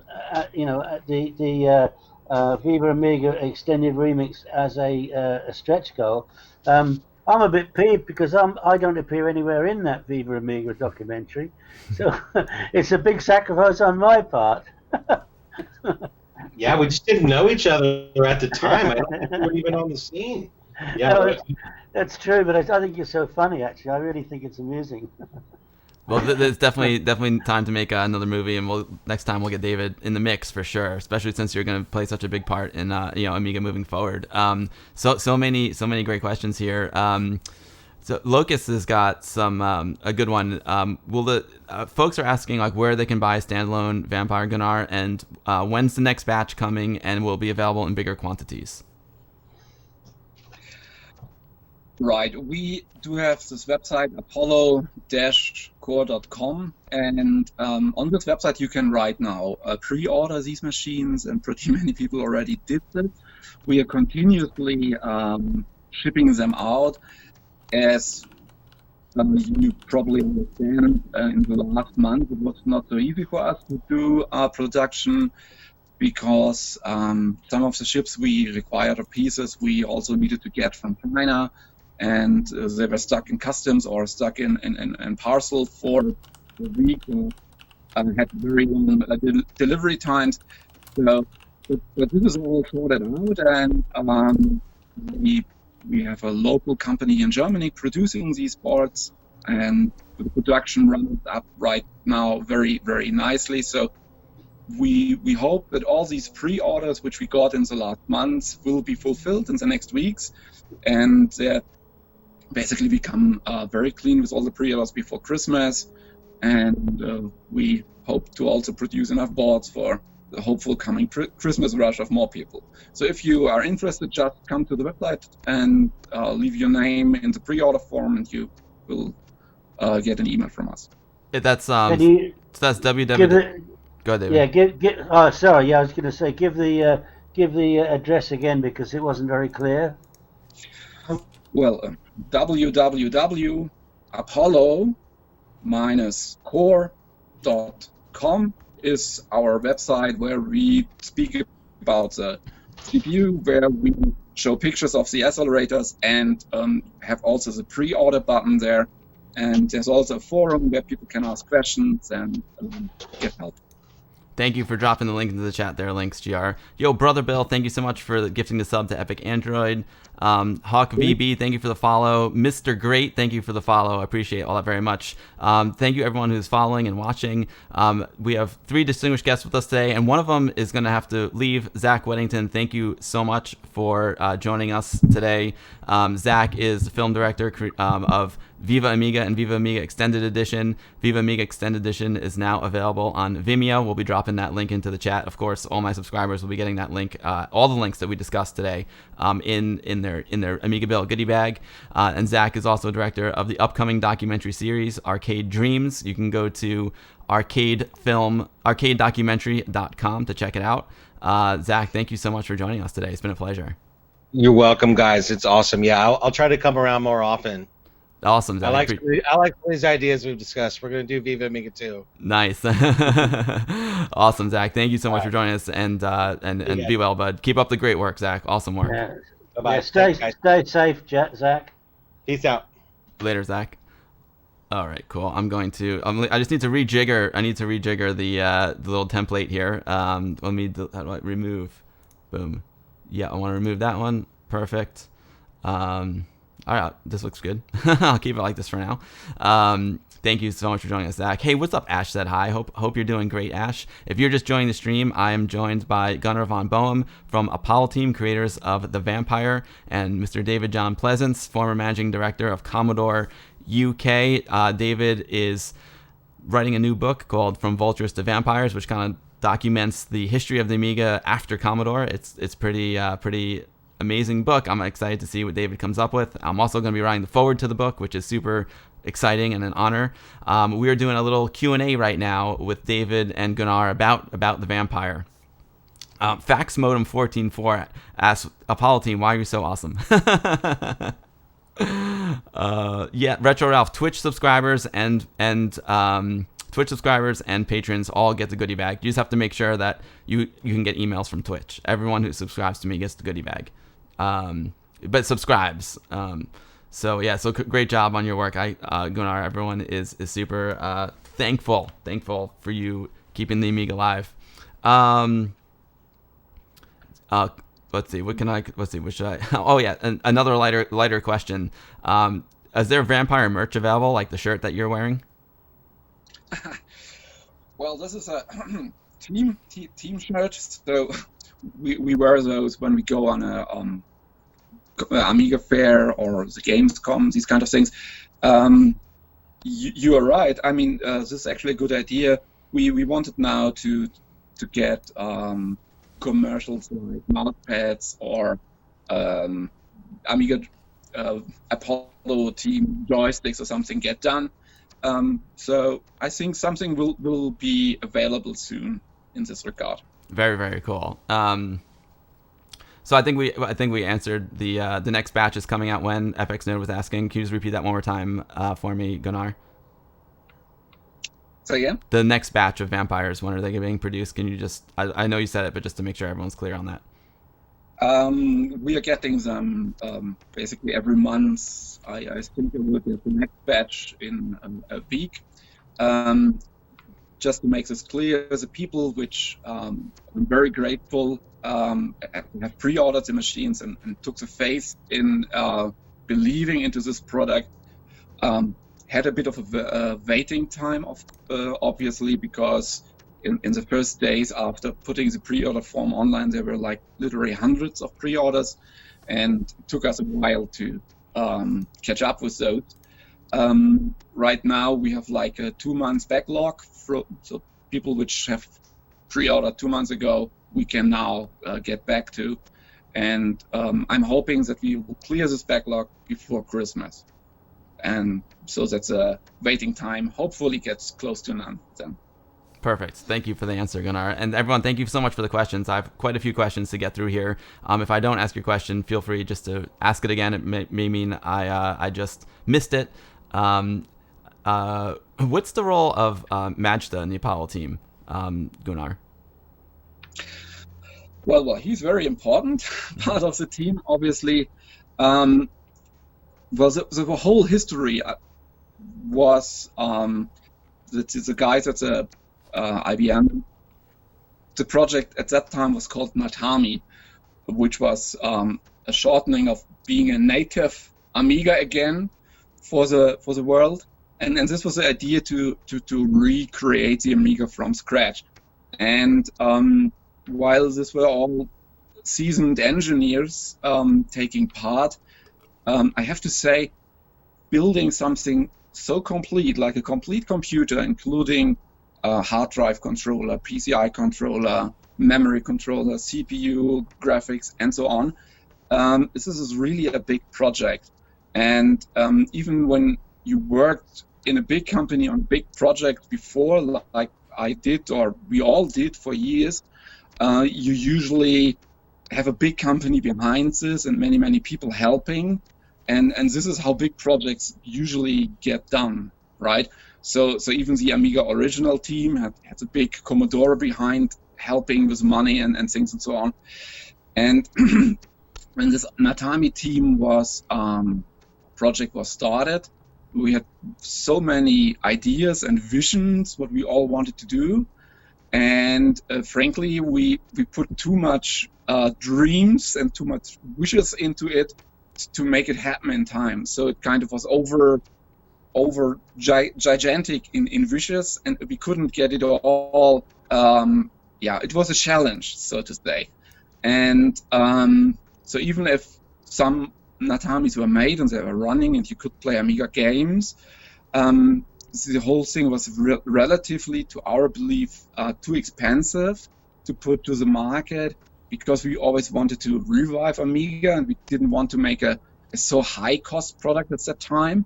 So we were thinking about how could we make it cheaper so more people could afford it. And it was a really big project. And, when you do these projects, you don't get paid for it because you have to do it after work, right? You go to the office from 7 to 6 or so, and then you come home and you continue on your pet project till midnight, and you do this for a month and half a year or 2 years. It sometimes really burns people out, and it gets really, it gives problems in your marriage, of course. So, and you can imagine this gets really complicated. And to put it in clearly, the Natami was full of dreams and wishes, and we wanted to do the best, and it was more than we could do in the time. And so this kind of froze. The CPU didn't freeze, so we continued to develop on the CPU, and we wanted to be ready. And at that point of time, Igor contacted me, and he had the idea how he could make an accelerator based on an FPGA, because it was clear to him getting the CPUs from Motorola isn't happening. They are not produced anymore. And his dream was to make an accelerator, but to use this FPGA technology, which allowed you basically to get the blueprints of a chip into this writable chip, like you would use like a music CD, which you can also self-write. So this idea was great.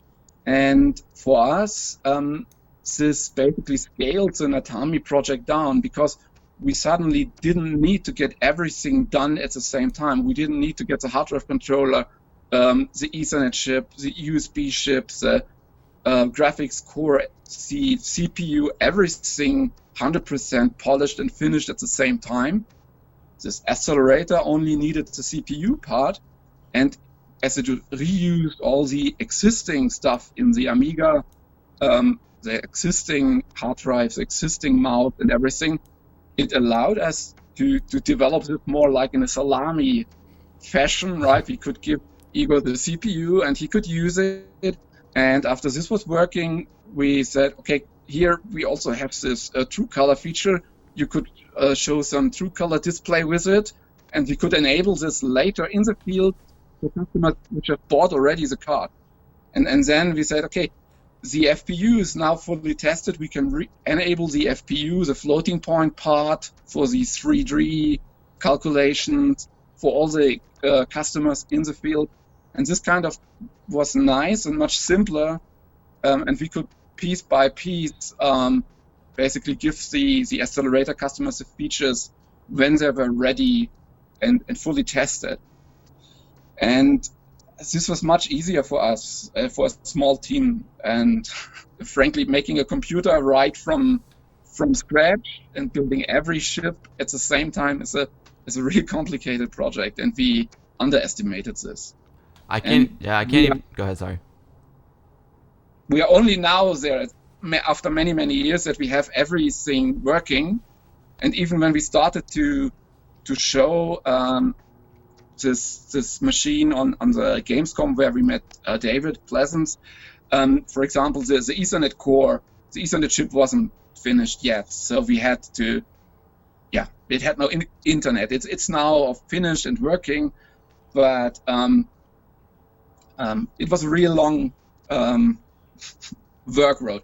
And Igor was great for the team, because his cool idea allowed us to reuse the already developed CPU and bring this to the people and to give them the fastest Amiga accelerator ever done. And Igor basically heads and continues this accelerator development and production. And as you all know, the Amigas have different slots or different ways to connect an accelerator. So one by one, he did develop an accelerator for 500, 600, and now 1200 Amiga. The 1200 card also can run in an CD32, and I'm pretty sure there will come also a card for the Amiga 4000 at some point. So he will continue this accelerator road.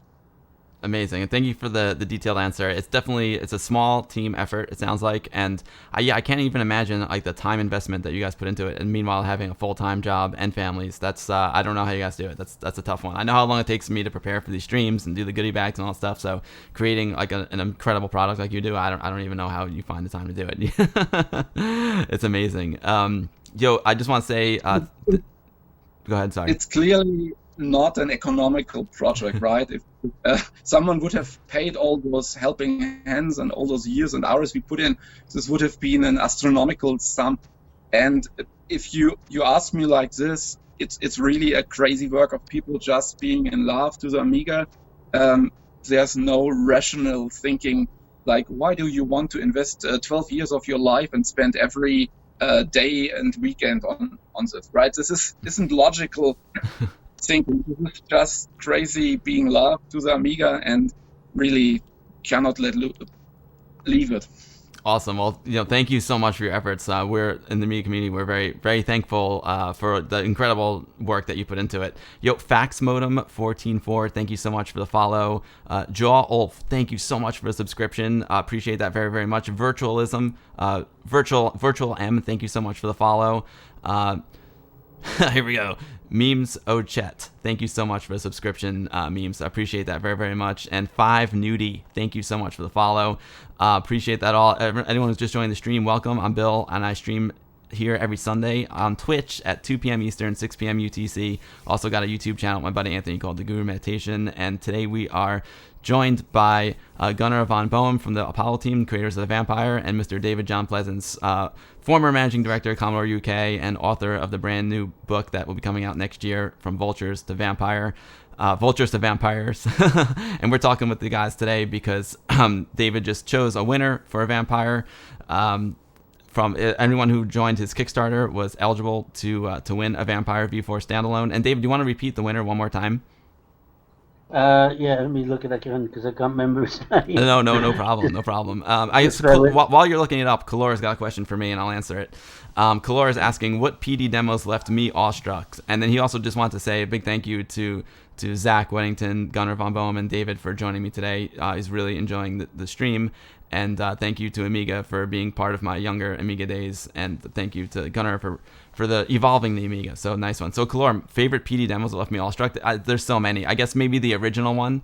The original one that left me awestruck was the Juggler demo. The first ray trace demo I'd ever seen. There's the Juggler juggling the silver balls. I would say that maybe that was the first one. And also Spaceballs State of the Art. Spaceballs classic demo group and State of the Art. When I saw State of the Art play on my Amiga 500, I was just blown away. So maybe those are like the two classics that I really, really love, Kalor. And thank you for being here, Kalor. It's always a pleasure to see you. David, do you want to mention the winner once again? Yeah, the winner is Rudolf Petri. He's from Germany, and he's back in number 410. Rudolf Petri. So I'll be sending, as soon as I get offline here, I'll be sending him an email telling him that he's won, and then how to get in touch with Gunnar, and then Gunnar will make sure that he gets sent the prize. But I'd like to try and get him online actually sometime, talk to him, because that'd be rather an interesting perspective to see what a winner says about winning something. That'd be cool. Yeah, just to prove that we do actually deliver. I don't think there's any question about that.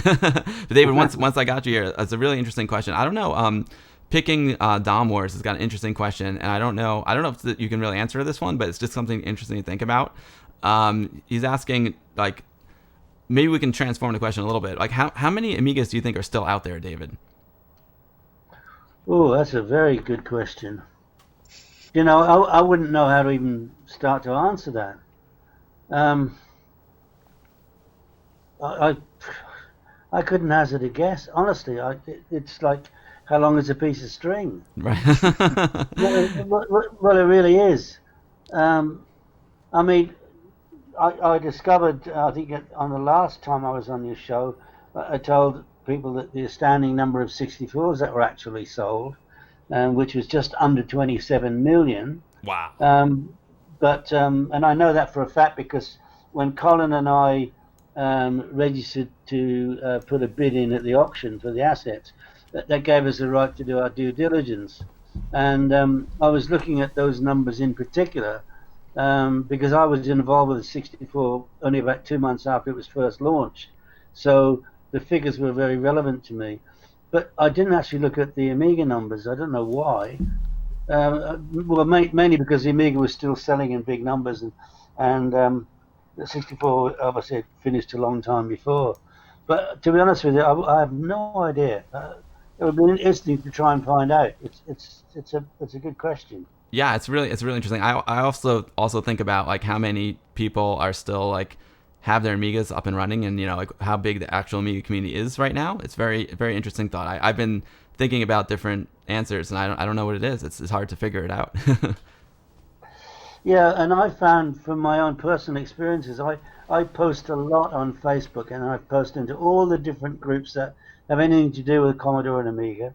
And sometimes it's quite disappointing how little response you get. And yeah, I know that the interest is and the community is growing, but I guess people just don't have the time to spend maybe to answer things like the questions that we put out there. I wanted to, and I still want to do it. I wanted to set up. Initially, it was going to just be a directory of anybody who does anything to do with Commodore and Amiga, whether they do servicing or they write games or they develop hardware. I wanted to set up a directory so that anybody interested could look and find out their directory, a bit like Yellow Pages. But somebody pointed out to me that's a pretty dumb idea, and they were right. It needs to be a live website. But anyway, I put out a thing to over several weeks saying, please drop us a line and tell us what you do, and the response was very, very poor. But loads of people said that's a bloody good idea, but hardly anybody did it. So it's really, I'm not quite sure how to overcome that. Maybe it's a case of where there's a lot of fans, but there's not as many people active like you and I and other folks who are making YouTube videos and streaming, and maybe there's just a core group of folks in that position, and then meanwhile the rest of the folks are just users. So maybe it's not that big. I think Simulant. I think 3,000 is a bit of an under. I think it's way more than 3,000 Amiga users out there right now. I think it's way more. Oh than that. yeah, way more. Absolutely. Yeah, way more. That's a gross underestimate there. I love Steven's amazing. Steven's incredible, but I think that's incorrect. Well, look, I can add something to this. We had in Commodore UK, and I'm just trying to think when it was. I think it was probably in 1991 or 91, I think it was. I had the 1 millionth Amiga 500 sent to me, and I actually raffled it off as a prize and raised money for charity. And that was I think it was about 91, and that was the 1 millionth Amiga. So nobody's going to tell me there's only 3,000 in use. No, exactly. It's ridiculous. I mean, I'm guessing that we sold around, I don't know, probably 3 or 4 million, I would think, Amigas all told. That's only a very rough guess, but I would think that's probably not far from the truth. Yeah, and like for example, I mean, this is just a small this is a small portion of it, but the Commodore Amiga Facebook group is over 20,000 people. So right along, right there, that's 20,000 right off the bat, and that's just a Facebook group. There's so many more groups and and message boards out there. So I was guessing in the hundreds of that. I was thinking more towards like 100,000. And Amiga Cammy's right. There's more Amiga users now than there were 15 years ago, because folks are getting into retro. They're reconnecting with the Amiga. There's new people getting on board for the Amiga, which is super exciting. And products. like the Vampire, are the key to getting new interest in the Amiga. The Vampire is a nice, easy gateway into Amiga. It's a standalone device. You can, if you're interested in Amiga, you can get the Vampire. It's a great option. Speaking of that, Edvin has got a great question. How many Vampires have you delivered so far, Gunnar? You don't have to give an exact number if you don't want to. It's an interesting question. Yeah, it's also several thousands, I would say. Several thousand? That's cool. That's great. That's awesome. Congratulations. That's really, really cool.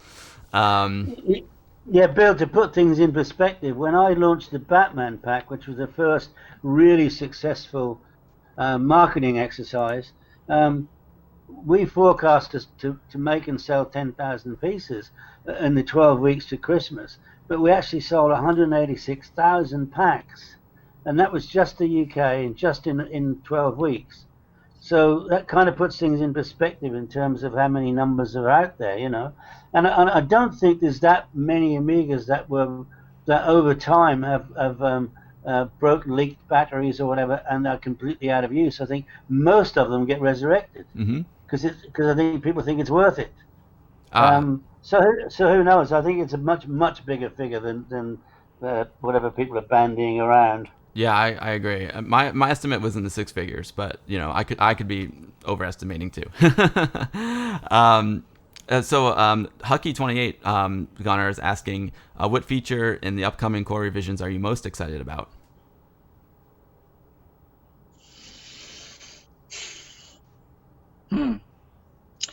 Well, we are right now preparing the new release, which we call 3 release for the V4, and I'm pretty happy that USB is more, let's say, more standard now. When we started with the USB support, we built our USB chip by ourselves because, in the PC you have a USB chip that you buy and you have a software USB stack which gets installed like in Windows. And on the Amiga we didn't want this because we wanted the chipset from the Vampire to be like a real Amiga. So the whole USB thing is kind of hidden basically in the main board, but it comes to the chipset like you would have a real Amiga joystick or a real Amiga mouse connected or real Amiga keyboard. So there is like a transparent translation from the USB protocol to how the Amiga chips behave. So this is all hidden in hardware. You don't need no driver, and everything works out of the box, which meant we needed to redevelop this basically from scratch, not like you do USB on Linux with the software driver help and so on. And because we had also to learn how USB worked, not every device it works the same. To make a long story short, there are like a million different keyboards, or at least some thousands worldwide, and they use different chips from China, and they behave a little different. So it took us quite some while to figure out the differences out and to make mouses, keyboards, everything work. So this is now an update. We're looking forward that this is all running more smooth, and people really have a huge number of devices they can connect, right? On the Amiga, in the old day, you had your one keyboard in the Amiga 500 and that was it, and you had your handful of Amiga mice. Now with a USB, you can choose between hundreds of different mice and hundreds of keyboards. So this is pretty nice, I think. Yeah, I think that's really important. And another thing I would say is important about the USB and connectivity you're talking about is just the accuracy, because when you get into like hardcore gaming, that's really, really important, that you want to make sure your controller is responding in the way that you expect it to respond. I know it's been a big, I don't know if a big problem, but some of my folks in like the Sensible World of Soccer world, they're just like, no, I can't use emulation because it's different. Like I can feel the difference. So getting accurate USB for your controllers, I think is super essential. Speaking of that, Locust is asking again about other projects going on as well. Are you a fan of the Mister at all, Gunnar? Do you think the Mister is a good product? Well, it's a different philosophy, I would say, right? I mean, our goal was to recreate the Amiga that was never there. I mean, during the Amiga times, I learned coding. I started unprotected games and writing demos and these kind of things. And then right before the time when Commodore died, I tried to start make contacts as a software developer writing games for companies. And already worked already on some game at that time. And so my view always on the Amiga was, what is the most we can do out of it? Can we do more? What would be cool, or would be cool to if Commodore would add this to the Amiga to give Amiga again more edge compared to the other computers? So I was always hoping that Amiga will conquer the world and beat every other machine, which then not happened. So our view on the Vampire is to make this happen, right? We want to continue Amiga where Commodore left, unfortunately, and didn't finish, right? We want to give people back all the good things about Amiga, the easy, understandable, logical chipsets, a wonderful CPU, but we also want to add features which at that time we felt were lacking on the Amiga. 16-bit audio, true color, instructions which make decoding of video streams easy. So all these inventions that the other companies like Intel later had or IBM had, which we think are useful and people want, we want to also give to the people. And everything we add to the Amiga chipset, we try to make as naturally added into the chipset as we can, so it should feel to the programmer as if the Amiga chipset always had the feature to display true color images. Right? When I had an Amiga 4000 and they were very nice products with PC graphics chips you could plug into the Zorro ports, what I felt sorry or unfortunate was that all those extra chips were absolutely not connected into the Amiga. The Amiga was beautifully controlled by the copper. The copper could change at any point in time. The resolution of the screen could change the colors. So all these effects, which to me made an Amiga that could pull down and had these rainbow patterns in the background. So these clever control of the copper, which allowed you to reuse sprites and all these things. I mean, you notice I'm getting passionate here, right? Because as an Amiga coder, I found these things so clever and so wonderful, and this allowed so many cool things to happen. And as soon as you added those PC graphics cards, you on the one hand side had true color, but this was completely not an Amiga anymore. You couldn't control this with the copper. You couldn't change the colors with the copper. You couldn't. So it felt like alien, right? It was like a unnatural part of the body. It wasn't natural. It was like a wooden leg or so. And so all these things which we now added, we try to make it into the Amiga chipset like the original Amiga chipset inventors already have put it in the Amiga 1000. So the original audio channels of the Paula chipset are still there, but you can now enable them to play 16-bit, or you have more of them. But it's all the same way like it was originally designed, with the same DMA logic and the same programming interface. So if you programmed audio anytime in your life on the Amiga 500 or whatever, you immediately know how to program this with more channels. It should feel like it was always there. So this is our dream, and the same is our view also on the CPU, right? We don't want to switch to another family. We don't want to switch to ARM or to Intel. we believe that the nice to code 68K is what makes an Amiga, but at the same time, we want to enrich it with features which we always wanted to have, right? So we have added instructions to the 68K, which we call AMMX. This is just a naming for the SIMD instruction enhancement. And we spoke with many Amiga coders, like people which are famous in the Amiga scene, which did MP3 players or video players for the Amiga. And we got their feedback on the instruction set, and they're very clever guys, very knowledgeable, which also programmed on PowerPC, on Intel.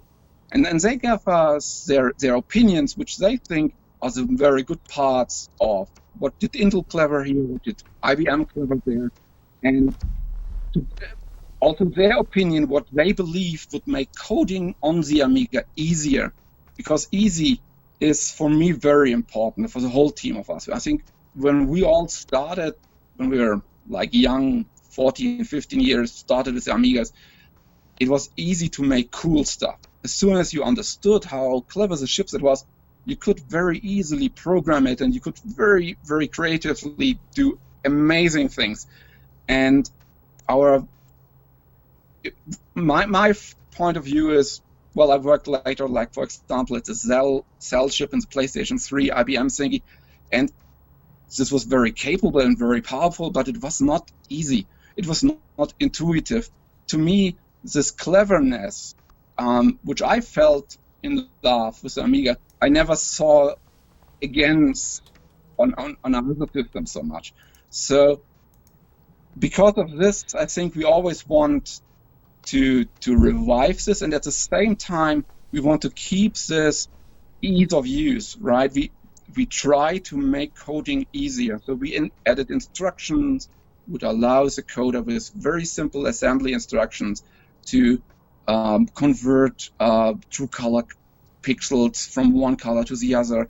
So assembly became easier this way. You can very easy now, much easier, in my opinion, than on a PC, develop a little game. So this is our view here. We want to revive it. We want to keep the easiness, the coder friendliness, even make it much easier than it was before, and also increase the capabilities to allow people to do stuff which we always wanted to do but never could do on Amiga. It makes a lot of sense to me. It's brilliant, and I love how you were talking about the custom chips and expanding on those, expanding on Paul, the sound chip. For me, I mean, I have a Mister, and I think it's wonderful. And one of the cool things about the Mister is that it can do many different cores. I can emulate my Atari 800, which is super cool. But you guys are more into like taking the Amiga further. To me, it's almost like two different things. And Mister is great, but my Mister, the latest one is an 020, so it's basically like a 1200. You can add some more RAM to it, which makes it great. But it's really great. It's a really great accurate implementation of Amiga. It's a great way to bring back all the old games and play them extremely accurately. And your guys are just doing something different, man. You guys are taking it to the next level. You guys want to expand that 68K. You guys want to make it a great developer platform, like you're saying. So that's super. That's great. It's like I said, for us Amiga fans, it's just great to have so many options. Lots of great questions here in chat. Thanks everyone for asking the questions. I just want to say a big thank you to Christoph. Thank you so much for a subscription. I am good. Thank you, Christoph. I hope you're still here. But Christoph, sorry I didn't say it before, but thank you so much for a subscription, Christoph. I really appreciate that. Sip060, thank you so much for the follow. Krivy, thank you so much for the follow. SP175, thank you for the follow. And Zton17, thank you for the follow. If you're just joining the stream, I'm Bill, and I stream Amiga stuff here on Twitch every Sunday, 2 p.m. I do a mix of things. Sometimes I have on awesome guests like I do today. Right now I'm joined by former Commodore UK Managing Director David John Pleasance and Gunnar von Boehn from the Apollo team, creators of The Vampire. And then, of course, I play games as well. I play classic Amiga games. I play new Amiga games. I love having developers for the Amiga. Anyone who makes a new Amiga game, I try and have them on, and we interview them about their game and the whole process of making the game. It's fun. We have a blast here every Sunday, and sometimes every now and then I do a sneak attack stream during the week. It all depends on my regular work schedule. I sense there's one coming up. Oh, Christoph, you're loving the stream. Thank you, Doom Noob. Thank you. Everyone's having a great time in chat. And so yeah, thank you so much, Gunnar and David, for being here. Everyone's really enjoying the conversation a lot. There's still some great questions. David, let's swing back to you real quick. Do you Simulant System is saying, do you think, this is a good one for you, David, do you think like Amiga will ever become like a big competitor in the industry again? Oh, that's a really good question. I have some personal opinions. One thing that perhaps I should tell everybody is that what I intend to do in the new book is I want to end up with a chapter. I haven't even given a thought to the title of the chapter. Basically, I'm going to do a chapter which is telling my vision for Amiga and the future, and how we can overcome lots of this adversity there has been between copyright holders and trademark owners and patents and so on and so forth, and how we can actually get everybody under one umbrella. That's probably the best way of explaining it, in order to support the Amiga and the development of the Amiga in whatever form it may take. I don't have the foresight to be able to predict what new technology might come, although I've got a couple of ideas. But I do have I believe, a very strong plan that some people will love, and I believe some people will hate, about how we can actually pull everybody together under one umbrella, get our community on a more, let's say, professional and administrated footing, so that we can put a lot back into the Amiga community and to people, like the Apollo team and other companies who develop such amazing products. We all know they need help. It's been pretty obvious from much of the conversation that Gunnar's had with us tonight. They're doing everything with on half a penny, or half a dollar or whatever. And I think it would be really good if we can all get together and support the Amiga community in a way that I believe can be done, which will enable funding to those people who deserve it. So it's just a bit of a teaser, but I am going to put a chapter in the book about what my vision is for that. So if it doesn't make people want to buy it, then I don't know what will. It's really exciting, because I think one of the biggest problems for Amiga fans post Commodore is how much the Amiga IP is broken and not broken, but it's separated, it's fractured. Different people own different parts, and because of that, I feel like the development for the Amiga has definitely been stunned, and Amiga fans are certainly frustrated because they're extremely passionate and they want to see their Amiga grow and live on. So if there's some way to bring everyone together, that'd be incredible and a huge step forward for Amiga. So that's very, very exciting there, David. And that kind of, have you tried to reach out at all, Gunnar? This is just all.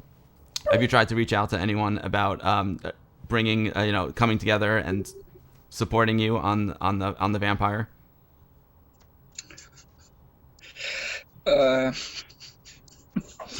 Well, there have been talks. To give you an honest answer, I think the community of Amiga users is full of great people which love the Amiga and have the same dream as us. When I look to the past, I see people having this dream and trying their best to work their way. I see Morpho-S and the Pegasus people. I see the Amiga One. But I also see a lot of fights and people trying to trip each other and trying to harm each other. And so my experience from history was it was impossible to get everyone under one umbrella and people working together. There's so much,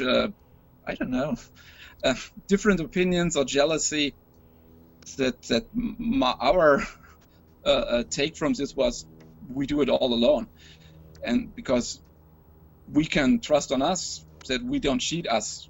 And well, I don't know, to be honest. Sounds maybe a little bit disappointed here, but I think the fans are great, but yeah. No, understood.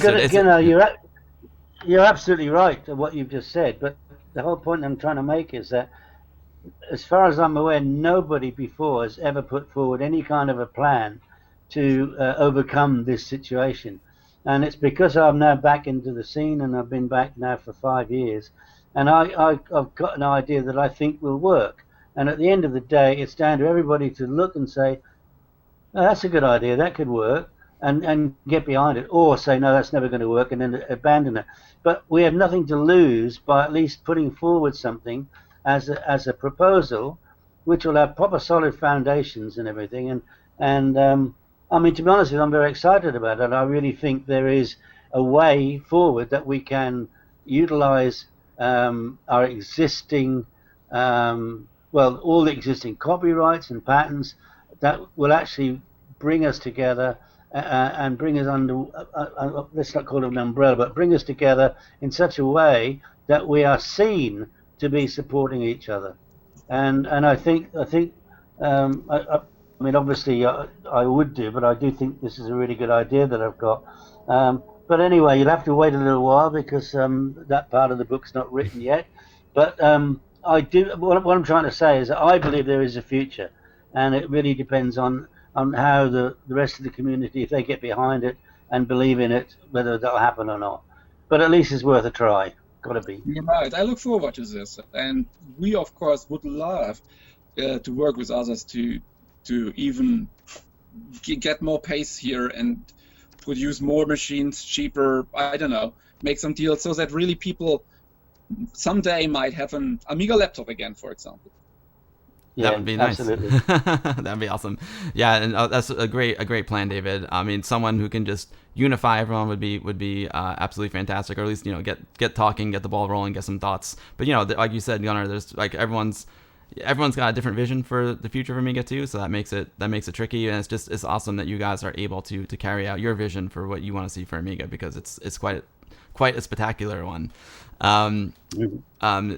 Neomon New Titan, thank you so much for the follow, and I'm never gonna get this one. Guest Chite Splite, thank you so much for the follow. Sorry that I massacred your name. I'm gonna have to study that one to figure out how to pronounce it. But thank you so much for the follow. If you are new to my streams, welcome. I'm Bill, and I stream here every Sunday on Twitch, 2 p.m. Eastern, 6 p.m. UTC, and I do Amiga stuff. Today we are welcoming Mr. David John Pleasance, former managing director of Commodore UK and author of the new book, the upcoming book, From Vultures to Vampires. And speaking of vampires, we have Gunnar von Boehn from the Apollo team, creator of the Vampire. Vampire is an accelerator add-on for classic Amigas like the 500 and 600, and there's now a V4 standalone version that you can purchase, and it is a standalone future of Amiga product. Yeah, another Batman pack. Nice, excellent.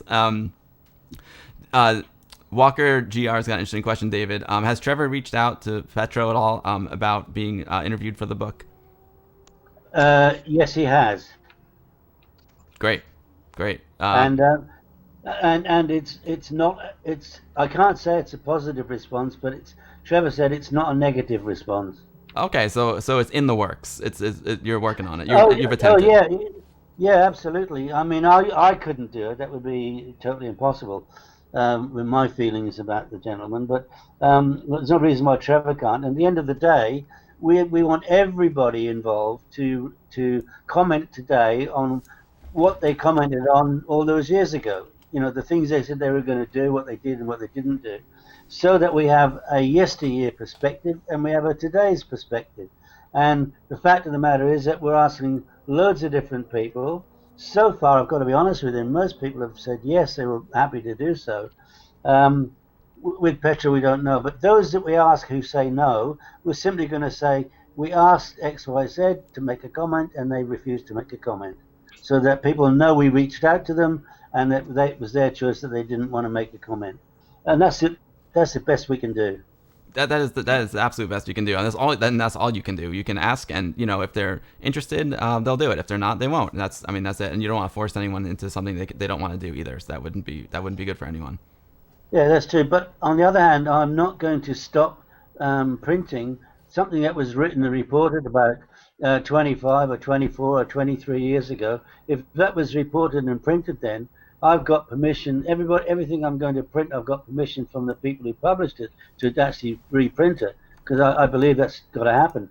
So even if somebody says, no, I don't want to comment on it now, I'm still going to print what they wrote or what was recorded about them way back when, because that is the true story. Unless they want, if we give them the opportunity to deny it or amend it or whatever, and they choose not to, what more can we do? Right, that's it. I'm sorry, I can answer one. Must be nice to have. Sorry, I didn't answer this question earlier. You were saying that isn't there? We're talking about the Amiga community and how many active users there are and how many Amigas are out there. He's asking, isn't there a project going on where Amiga fans can log in how many Amigas and types they have? Yes, there is. I forgot. It's called like the Amiga Map or World Amiga Map. I don't have it handy, but if you Google like World Amiga Map, something like that, that's where you can find it and you can register yourself and your Amiga. But it's interesting. We're not sure how many folks are really out there. That'd be nice to know. So that will answer your question. Yeah, I'd like to get hold of that and try to get people to act on it. Yeah, it's a website where you can log in and just register yourself. Like here, I'm in New York and I have 2 Amigas, or I'm in the UK and I've got 3 Amigas. It's pretty. Oh, there it is. DJ Billy Nest. Thank you. That's amazing. It's amigamap.com. Excellent work there, DJ Billy Nest from the Vintage Computer Society of Athens, creator of the most amazing Scala presentation ever.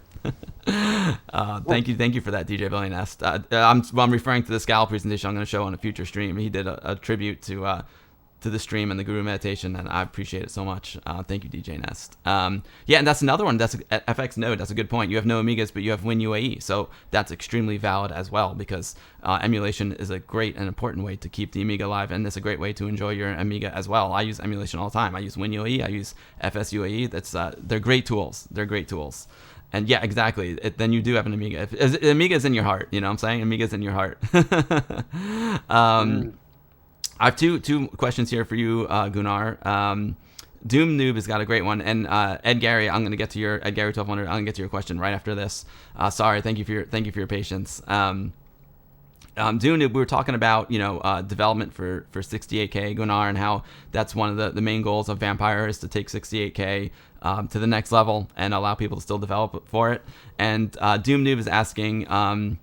He's trying to port an app from 68K assembly to x86, but it's quite hard to find procedures on how to do this. Is there any? Oh, he's porting it to assembly. Is there x86 assembly? Is there any documentation out there how to do this, or is there any documentation where people can look to learn how to develop for the Vampire? Which way does he want to? He wants to go from 68K to x86. And he's asking if there's any documentation for that, and then I'm asking you if there's any documentation where it's almost 2 questions where people can learn how to develop for Vampire.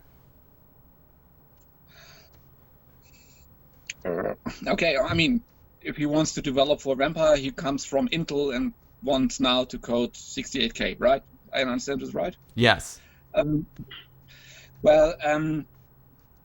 If you know Intel assemblies, then you already know basically Motorola assembly too, because if you look historically, both chips are descendants from the PDP 11.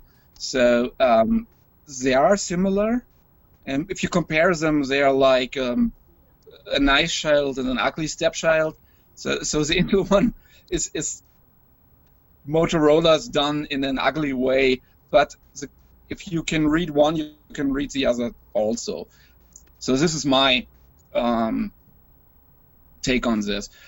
The programming language books from Motorola itself are very good. They're very clear. They explain the instructions excellent. If you want to code on Amiga, the Edison Wesley hardware reference manual is certainly the Bible that you should read. It explains the Amiga chipset very well. There's a bunch of coding examples online from demo groups where they show how to write a sinus scroller or a star field or something like that. So these are good coding examples too. There was an Italian demo group which wrote a book about assembly, coding on Amiga, RamJam. So there are many ways. And we want to also publish quite some examples in the next time of coding snippets, how easy things could be done. Maybe these are pointers. Excellent. Yes. Doom Noob, thank you so much for the answer, Gunnar. Yeah, Doom Noob, he was answering your question. Doom Noob, yes. So yeah, you'll just have to catch the VOD on that one. But thank you, Gunnar. What's up, fun sharing? Great to see you. Greetings to Belgium from New York City. Yeah, ARM is definitely a big future. I agree. Fun sharing. Great, Doom Noob. Ed Gary 1200 is asking, will the Apollo team at some point provide the C libraries to interface with the features that the Apollo core provides? C library. Well, I mean, we have there are now assemblers which understand the new instructions and which also allow you to make usage of the wider register set. So, for example, as you all know, the 68K CPUs were 32-bit processors, and the Apollo core, the 6880, is a 64-bit wide processor. So it can do more in one instruction, twice the work as the old chips. So there are right now assemblers for the Amiga which allow you to use those features and to write code using this. Yeah. Thank you. And he was actually asking the port code from 68K to x86. Why would you want to do this? I'm not sure. Yeah. That's my question. Why on earth would you want to do that? Yeah. But that was his question. So Doom Noob, it's we were talking about going the opposite way from x86 to 68K. Cool, guys. Well, I tell you, if anyone else has any questions for David or for Gunnar, please do at AmigaBill in chat. We've gotten through most of the questions. Klumsky is coming in with a question right now. What expansions exist for the expansion ports on the Vampire V2 cards, Gunnar? Well, I think the most used expansion is an Ethernet module, which is already, it's not produced by us, it's a Chinese product, very affordable. It costs like $4 or $5, and allows you to for very little money go to the internet with a decent speed. As you all know, those Zorro network cards for the Amiga are ridiculously expensive. So for just a few bucks, price of a beer, you have now pretty good internet access. Some people also did other stuff. For example, there's a wireless module where a driver is halfway done, as far as I know. Yeah, these are the things so far. Excellent. So DJ Billy Ness says, Gunnar and David make Amiga great again. Thank you guys so much for all you're doing for the Amiga community. It's wonderful. If anyone else has any other questions, we've caught up on all the Q&A, guys. It's pretty awesome. You can do at AmigaBill in chat. If I don't see it, you can remind me again. But it looks good. Let's see what else. I get it. Doom. He wants to port an old application for the Mac to the x86. All right. I don't even Mac. What's that? I'm just kidding. Awesome guys. Do you have anything you would like to add that we haven't touched on right now? Oh, this is a good question. Is there any way you might be able to use an expansion on the V4 to attach a 3.5-inch floppy disk? Right. Yeah, this is a good question. I mean, Frank, the floppy is a topic which was very important for us because it's part of the Amiga history, and we had the floppy support on the Natami many years ago. Right now, when the Vampire 4 finally was finished, we figured that you can't buy any floppies no more. So this is why we choose to not go for a floppy in the Vampire 4, because the floppy is dead. You can't buy floppy drives or floppy media anymore. For the people still having some backup of their old demos or so, I think this is a niche market, so to say, that a few people might want to access those.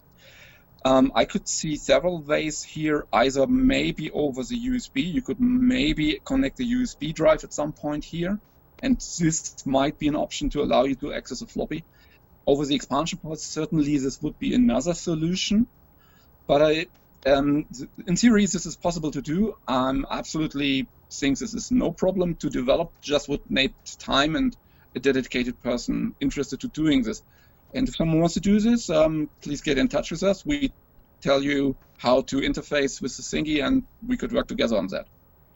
I think that's really good. A lot of folks are saying that a USB, they do have USB 3.5-inch floppy disks. I've got one, my 3.5-inch floppy drives.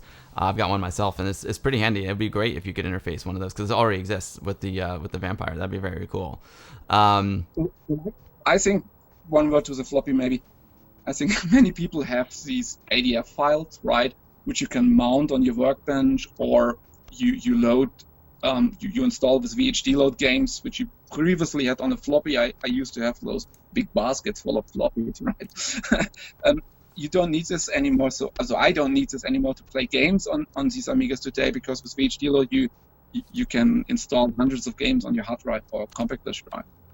So I think it's not the same need as we had before with the floppies, because you have now these inexpensive flash drives where you can store thousands of floppy images on.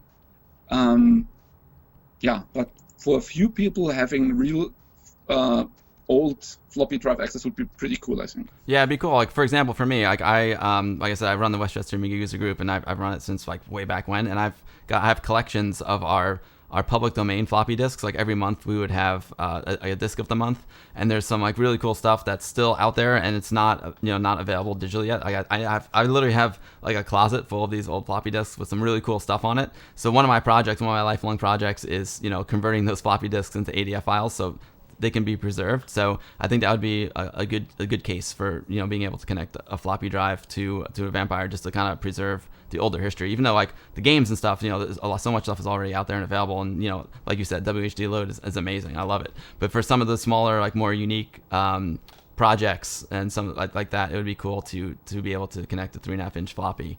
That's cool. There's still good. There's some good questions coming in here.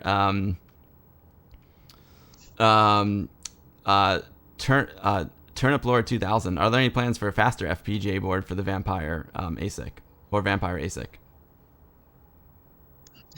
Faster FPGA.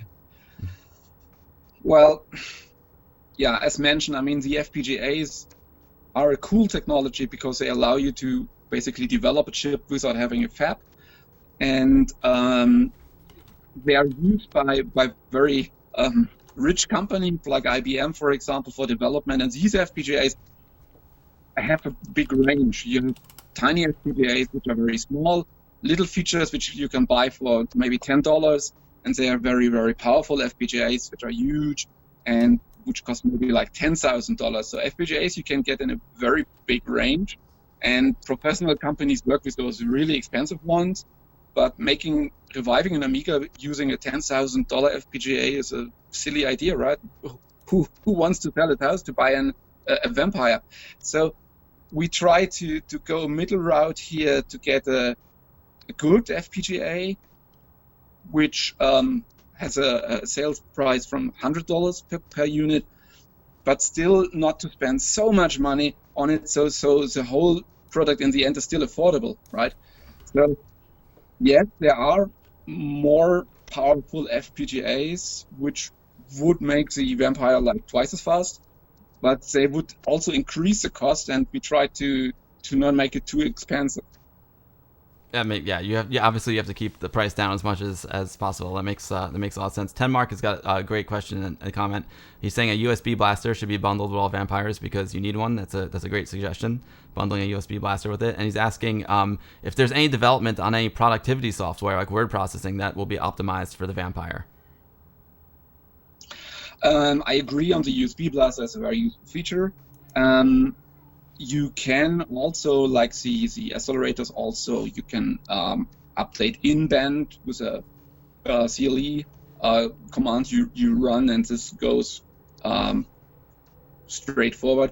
So you can do an update also without the blaster. Right now, that's correct. We usually do our update often with the blaster. So we offer the complete bundle always. So if people sign up for the Vampire 4, they have the option to get the complete bundle.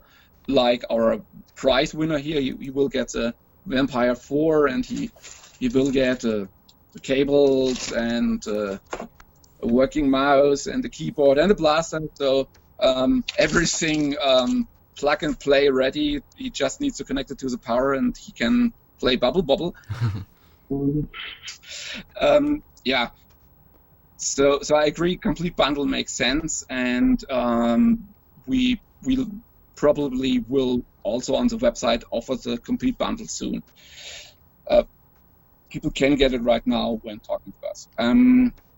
Regarding this productive software, I am not sure what is going on there. I think the people that I at least know work productively a lot on Amiga with stuff like Sound Tracker or so, which is a very creative tool to develop music with the Amiga. I think we all like this tool and all those cool Amiga tunes which were made with it.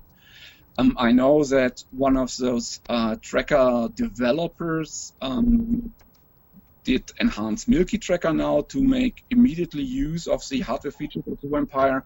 So you can develop multi-channel modules using 16-bit sounds with Milky Tracker now for the Vampire and directly use those features. Regarding word processing, I'm not sure if there's anything developed.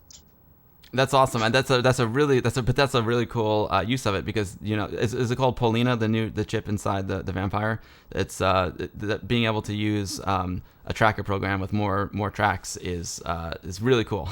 That's awesome. Lumaniac2, thank you so much for the follow. Appreciate that very, very much. Edvin Helen's got a good question for you, Gunnar. Will it be possible to get a video player for MPEG-2 or MPEG-4 on the Vampire? Yeah. Well, one has to, in theory, yes. I mean, one has to say the computing needs increases with the resolution and with the format. So MPEG-1 and MPEG-2 has nearly the same CPU needs, but it depends on the bitrate, how much CPU you need to make a smooth playback. We have actually an MPEG-4 or H.224 264 video player prototype for the Vampire, but you can only play like smaller videos with it. You can't play like these full HD or something, which you might be used to now on Netflix or something. Simply the clock rate that the CPU can run right now in the FPGA is, because of the FPGA technology, not at the same level that you would have with your Windows PC today. So yeah, one can use those formats in theory, and we already used them in players, but you can't play like Netflix or Amazon video streams with them. But you can at least utilize it for like the higher resolution, like video files. Realistically, the Vampire is, like David Pleasance explained, like 300 times faster than an Amiga 500. This is not the same level as you have with the 4 gigahertz PC today. So what you can, from a resolution today, realistically view is like a DVD resolution. Sure. Like 640 times 400 pixels, something like that. These videos run smooth. If you go higher, this is not possible with the clock rate today. That makes total sense. You were showing the bundle before, Gunnar. How much does that cost? I think, well, you'll have to look at the website. Well, can you go to the website on your? Yeah, of course. I can. Let's pull it up right now. I am on the website right now. I'm going to switch over here to my desktop. We'll take a peek. So where do I click on products, or do I click on Vampire V4? Yeah, Vampire V4. I have to say the website layout is for modern views, maybe a little bit antique, but it was on purpose designed to be displayable also with all original Amiga web browsers like iBrowse and AWeb and so on. So it looks a bit simple maybe. And if you click on the Order Now button, then you see this is basically what we ship today. This is the complete package with a 500 megabyte. It's a metal casing, special made for us, aus aluminium, and power supply. There's an IDE adapter included. There's a SanDisk compact flash included. It's pre-installed with AROS, with all the tools you need to playback modules, playback MP3, go to the internet. So it's like the old Amiga server bundle or so, but Commodore also tried to put as much as tools like Paint program and what they thought people need on to it pre-installed. So, right. So this is the bundle or the package we have today. And I don't want to say too much, but we will have very soon probably also keyboards included with Vampire keys, buttons instead of Windows, the branded Amiga type kind of keyboard included in the bundles. This is our plan. Very, very, very cool. Awesome stuff, guys. A couple more questions came in. Do you guys have anything you want to add right now before I ask a couple more questions? David, anything you want to add? Got a question from Andy App for you, David. Like if you're trying to, talking to all the different, Amiga IP owners, like what would be in it for them to unify the Amiga? I'm not sure I understand the question. So there's different people that own different Amiga, different Amiga intellectual property. And we were talking about trying to get everyone together to try and bring the Amiga forward. But would there be any benefit to the people who actually own that IP doing that? Of course, there has to be something. Mm-hmm. And yes, it does form part of my plan. Perfect. So the answer is yes. For this to work, it's got to be a benefit to the majority of the people, if not all. Yes, it has to be beneficial to all the parties involved, the Amiga community, and of course the people who are joining forces to make this stuff happen. Excellent. Absolutely. Fax Modem 144K Gunnar is asking how many games. What's like the compatibility percentage if you're trying to run a game on the Vampire V4? Well, percentages are very hard to say. I have to admit. I mean, I was when I was young in a demo group, and I got basketball games, and I think I know many Amiga games, but I'm sure I don't know every Amiga game. But even today, if you will probably find games I've never played. My feeling, our goal is to make every software running. This is the goal, and I think we do very good in this because we have recreated the old chipset, and you have to understand the old chipset worked in a way only, or was depending on timings, which were because the old chips had a certain delay, or the memory was at a certain speed, and we today want to lift those limits, right? We don't want to have memory running on 7 megahertz. We want memory running on 700 megahertz. So we want to achieve two goals at the same time. We want the compatibility, but also we want to reach out to reach a next generation Amiga to be able to play back videos like we do, which you could never do with the 7 megahertz memory. So these two goals are basically in two opposite directions, and this makes it, let's say, a little bit challenging to reach both at the same time.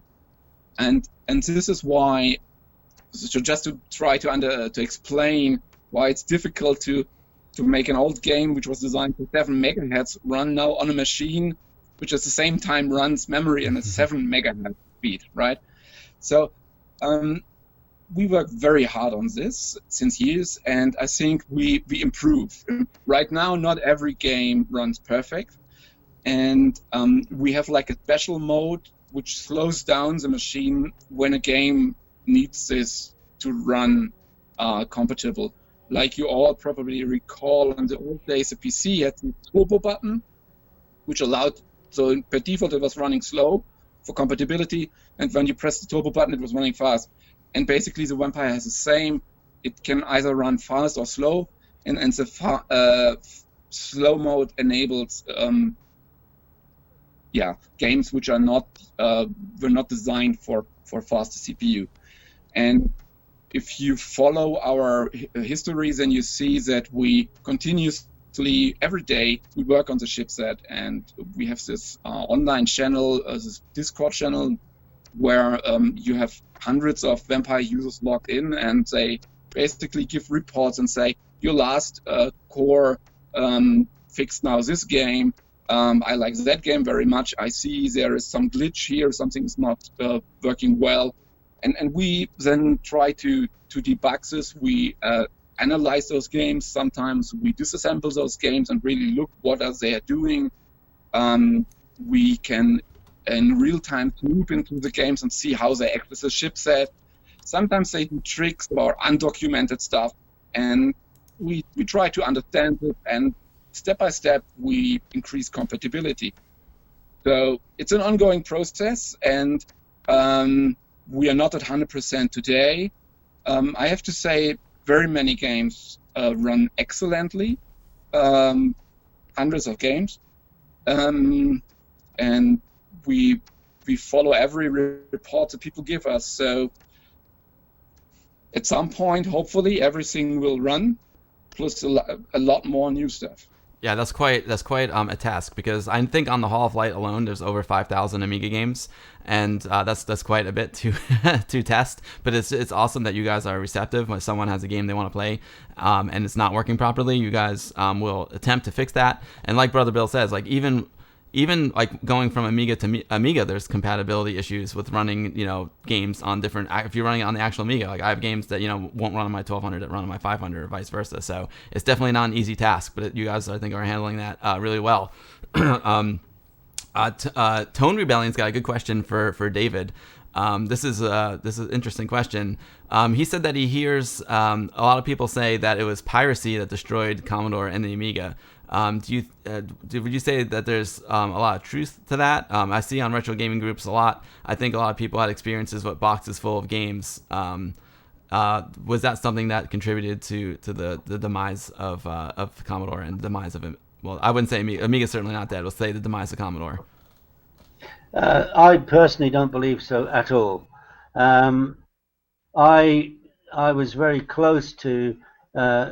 In the UK mostly, of course, are very close to the majority of the well-known games manufacturers, games developers, and they never used to complain too much about piracy, although clearly it was an issue, and there is no doubt that it probably affected their fortunes, but didn't affect us, because their belief was the same as mine. It was in the games manufacturer's interest to have more hardware out in the homes, because the more hardware, even if they're only getting a percentage of the real sales, the more hardware out there, the more they were going to make. And I don't know of any one software of the big companies, software games companies, that went bust. They didn't. They all got taken over by big boys, and made a lot of money in doing so. So I don't think it had anything to do whatsoever with Commodore's demise. Commodore's demise, as I pointed out in the book, was down to two major factors. One is they never ever had a business plan of any kind, and two is they never had any external auditing of any kind. So they didn't know what they were going to make, how they were going to make it, was it going to make them any money, because they never did any research. If you talk to people like Dave Haney, he'll tell you how many projects he was given to do that he started on, got a long way into, and then was told, stop doing that, we're going to do something else. And then on top of that, they never knew for certain how much money the company was making, because they never did external auditing, and ever so many of the general managers and managing directors of subsidiaries reported false earnings. So that's the main reasons. There's lots of others, very bad management decisions and so on and so forth. But I honestly don't think it has anything to do with the piracy whatsoever.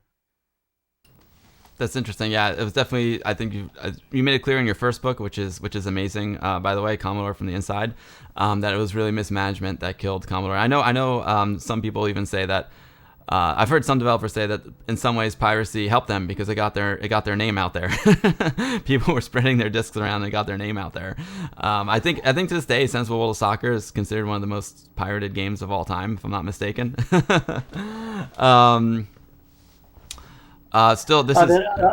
I don't know. John Head. I think John Head did pretty well out of it. Exactly. A good question, though. Good question.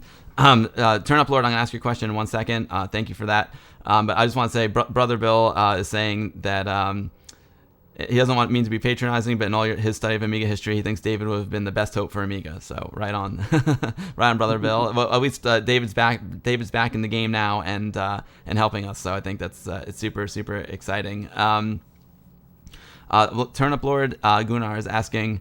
Now, you guys are working on with FPGA. He's asking if there's any plans for an ARM processor at any point, or are you going to stick with the FPGA? Of course not. I figured, yeah. I mean, as mentioned, there are so many processors, right? But none has to us the appeal of the 68K. So why should we... this is like a good wine, right? You have a very excellent, tasteful, wonderful wine. Why would you water it down with something else? So we are 68K lovers, and we want to push this back to revive the Amiga. Yeah, of course. That makes a lot of sense. David, do you know what game sold the most by any chance? Amiga Nick is asking. It's a good question. Which game has sold the most? Oh, I wouldn't have the faintest idea. I would think probably Batman, because they sold 186,000 of them in my pack. Honestly, I don't know. It's not something that, our marketing team, and I have to say I had the best people in the world working with me in the UK. We always did our research as to what was likely to be the best-selling game. But of course, that has to be harnessed by virtue of the fact that you don't know that the game is necessarily going to be any good as a game. You can see, the company that's going to make it, and they've got a good reputation for making a really good game. So, and it's going to get well hyped, and it's going to be, very high profile for the pack that we put them in. But you don't know that the game is actually going to be very playable or very well received. And I know that we had complaints about a couple of the games that we put in our pack, but we'd agreed to them way before they were probably even half finished. And so it's a bit of a matter of you win some, you lose some. But honestly, we never kept track of what were the best-selling games. It wasn't of benefit. Hindsight is no good. We need the future, not yesterday's heroes. Do you see what I'm saying? Absolutely. So that's why we didn't really take much notice of it. In hindsight, perhaps that would have been a good thing to do, but the problem is that the company making the game is no guarantee the game is going to be great. Psygnosis produced some great games, but they also produced some diabolical ones too. So, how do you know? Exactly. Tone Rebellion, thank you so much for the kind words. I would have loved to have met your dad too, and I'm sure David would have too. I think we all love Amiga here. It's a pretty special machine. It's a machine with a soul, and it attracts some incredible people. 2 more questions here, guys. And I guess we'll wrap it up soon. But there's a couple more questions here. A couple good questions. Got to ask the one from my buddy DJ Billy Nest. He's got a question for you, Gunnar. He's saying, is there any chance to repair compatibility for the ProTracker 361 on Vampire products? Because 3.61 ProTracker makes a lot of glitches, and ProTracker is a serious tool for musicians like DJ Nest, and it hasn't been fixed in 3 years. He said ProTracker 2.3a works well, but the 361 doesn't. Is there a way that you guys can can work on that. For sure. I mean, I can't say this right now without looking at the thingy. I think every problem which we faced so far we solved. So maybe just switching on turtle mode might fix it. If not, we need to look into this deeper. Yeah, awesome. Because that is a key one. And it'd be cool to use more tracks in ProTracker. You know, like with the Paulina chip. That's pretty exciting. Edvin's asking you, Gunnar, Edvin Helland, if you ever get the 68080 in ASIC, would it be able to compete with a PC? Would it be able to compete with a PC? Well, if you look at how the CPU is internally built, it has a lot in common with how, for example, Intel does build the Atom internally, or how VIA did build one of their later chips. And those Atoms, which I look right now, I'll say they reached like 2 gigahertz speed. So assuming we would have the budget to make an ASIC, and assuming we would have the time needed to adjust the tools to the ASIC technology, so this is a different kind of tool set. This will need, I don't know, maybe Kickstarter or something to pay my rent for half a year or so to work on this.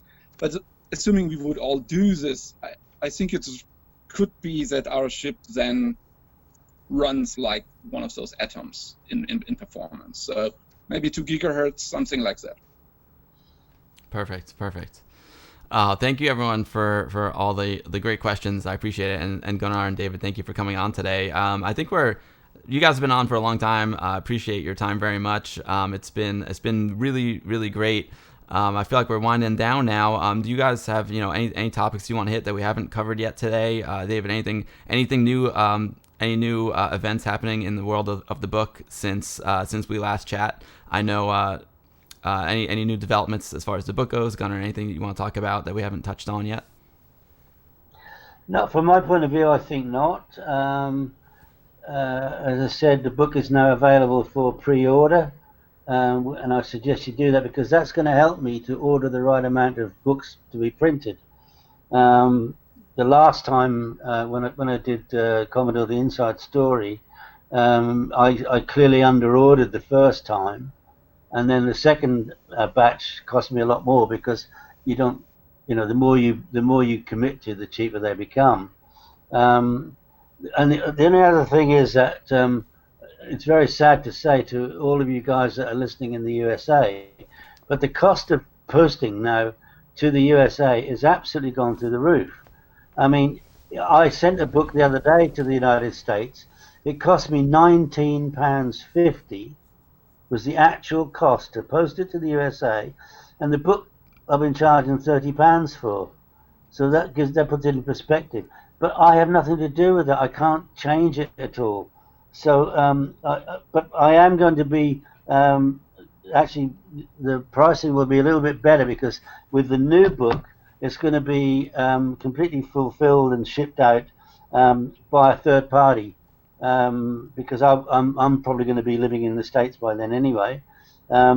So it will make it easier. But I just have to apologize. I have nothing to do with it, but the cost of shipping it. The USA, I think there's a big dispute on with the mail service in America and the US government.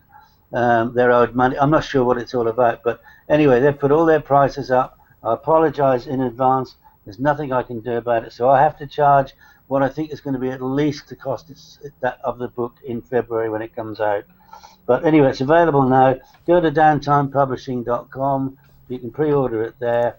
You can also get the fantastic Amiga Viva extended remix. If you go to Vimeo, that's available. That's through us as well. And thank you very much for all your support over the last 3 or 4 years. It's been absolutely phenomenal. It's been very sad this year that the only place I've been to this year was the Amiga Ireland event in January. And then, of course, not long after that, this COVID thing hit. And every single other event has been cancelled. I was going to go to Pixel Heaven in Poland, in Warsaw, this weekend. It was on, but they postponed it to the weekend after next, I think, and I can't make it anyway. But every other event has been cancelled. But I think Amiga 36 will be a fantastic event when they actually announce them, as I'm sure they will. I hope to meet you all there. Yeah, I'm looking forward to 2021 in a big way here. I had so many plans for this year as well, and obviously they're all put on hold. Thank you, David, for the update. And shipping for me, like from my perspective, shipping to Europe is also extremely expensive. Like for example, I just shipped a box of gifts to my nephew in Poland. And not only was the shipping cost over like $100 for the small box, but then they had to pay a tax on it when it got there. So the international shipping is challenging for sure. There's been some great online events. Silver Rat, like Ami West is going to be online this year. If you guys are tuning in, next Saturday and Sunday is going to be VCF East. Normally VCF East happens in the spring, but it's going to be a hybrid exhibit this year. I'm actually going to go to the Info Age Science Center where VCF East is held, and I'm going to give a presentation about streaming from your vintage computer. That's going to be on Saturday. So you'll see that stream on the Vintage Computer Federation YouTube channels. I'll be posting about it in all my my social media. You can do !social. And I'll be giving that presentation next Saturday. Turnip Lord made some great points. Sorry, Turnip Lord. I just kind of lost a little bit of lost track of your... Oh, and fun sharing. Fun sharing was also saying that, Gunnar, like something that makes, like if you look at a PlayStation and Xbox, they're basically very similar hardware, but the Amiga hardware is unique, and, playing to the unique strengths of the Amiga is something that can set it apart from like the mainstream PC devices. True. Maybe I can also thank all the people here joining, and thank you for the invite. Thank you very much. And thank you for all the Amiga fans which didn't stop dreaming and didn't left the community, which continued to write software. I'm very happy that people still develop new games for Amiga, like this tiny Bubble Bobble, which came out this year, or this cute snail game, Little Slug. Tiny Little Slug is awesome. Yeah, thank you very much for continuing to support the platform, and I also want to thank the Apollo team for helping to make this happen, right? This is not a one-man effort. I spend a huge lot of time on this, but I'm not alone. There are many great Amiga fans, lovers, helping me every day, helping to debug stuff, disassembling games, doing all kinds of work. And they do this because they never stopped loving Amiga and never stopped dreaming of reviving or having a new Amiga. And I thank them very much for their effort and their love and passion to Amiga, and also thank their wives and spouses for forgiving them to spend so much time in their computer cave testing Bubble Bobble. So thank you very much. Very, very well said, Gunnar. And, I just speaking from the Amiga community, thank you so much for all that you and your team are, all your time that you're giving to us, because the Vampire is an incredible new product, and we reap the benefits of all your hard work. It's very easy for us just to get this cool Vampire, throw it inside of our Amiga, or take a standalone Vampire and plug it in. So like we're getting like all the benefits and all the fun, and you guys are putting in like all the hard work, and we really appreciate your hard work and effort very, very much. At least I mean people, I know folks in WOG, when Manny Manny Jesus comes to our meetings, he's a WOG member. He's also the designer of your logo. He demos all the new versions of Vampire at our meetings, and everyone's just so excited and so thankful for all the hard work that you guys do. It's always a showstopper at WOG when Manny comes with the Vampire. Everyone in chat is saying thank you guys so much for taking the time to come on the stream today, and it's my pleasure to do the stream. It's absolutely awesome. Turnip Lord wants to say thank you for coming to Amiga Ireland, David. I hope to get to Amiga Ireland one day as well. Yeah, it's a great gig. Awesome. All right, Gunnar and David, this has just been awesome. I really appreciate your time very much. David, best wishes with the book. I'm going to put all the links into Vampire Bill. I'm going to put all the links into, that were posted in chat into my Amiga Bill goodie bag. Of course, go to arcadedocumentary.com if you want to support Zach, who was on the show earlier. He's got a big Kickstarter coming up for his Arcade Dreams documentary series. Of course, go to downtimepublishing.com. I just had it up on the screen. Where did I put it? Downtimepublishing.com. This is where you can pre-order From Vultures to Vampires. Let me pull it up on the screen there. There it is, downtimepublishing.com. And of course, we can go to www.apollo-core.com. That is where you can purchase a Vampire, standalone Vampire and classic Vampire. It's an amazing device, and I'm so thankful for it, guys. This has been awesome. Thank you so much. Thanks to all the community, everybody who's listening and watching. Really appreciate your support. Let's do it again. Yeah, you guys are welcome to come on anytime. And Gunnar, I'm gonna have to get myself a Vampire so I can do some cool demos with it too on the stream. I will. It's a really cool device, and every time Manny brings his to WOG, it's just awesome. Thank you guys so much for everyone saying that they had a great time, guys, and I really appreciate your time. And sorry it's a little hectic at the beginning there, but we managed, man. We made it through. Thank you for calling the audible there, Gunnar. I was getting a little bit worried. I was so stressed out. I didn't even put my hat on today. I didn't even do my usual announcement. I was stressed, but we made it work. All good. Got there in the end. Yeah. Thank you. Cheers. Good stuff. Good night, guys. Good stuff, guys. Thank you so much. Thanks, David and Gunnar, and thanks, folks, for watching. I'm still gonna say goodbye to everyone in a minute. But yeah, thank you guys so much. All right, cheers. Stay safe. Thank you, guys. Safe. All right, cheers. Bye bye.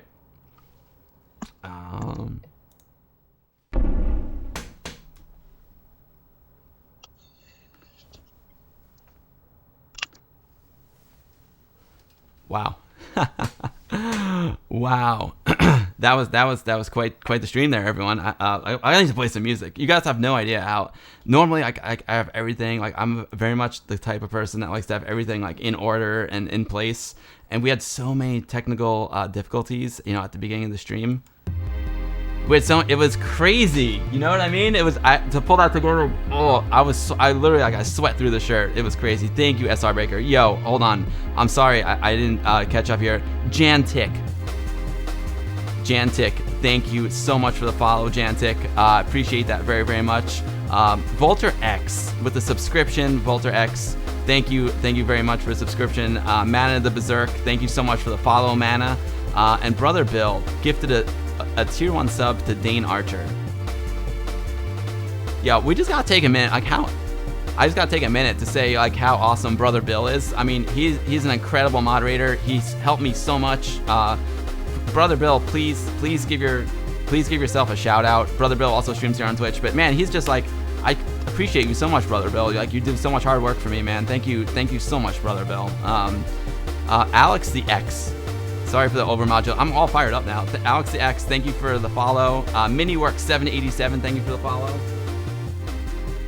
I tell you guys what, thank you so much. It was, guys, I'm not gonna lie, it was stressful, man. I was pulling things together at the last second, and then we had troubles connecting because all of us were on different platforms. It was nuts.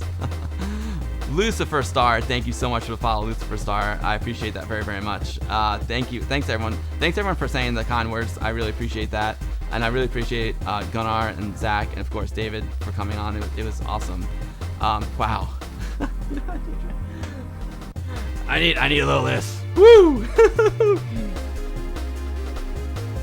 So you guys, I stream every Sunday here on Twitch.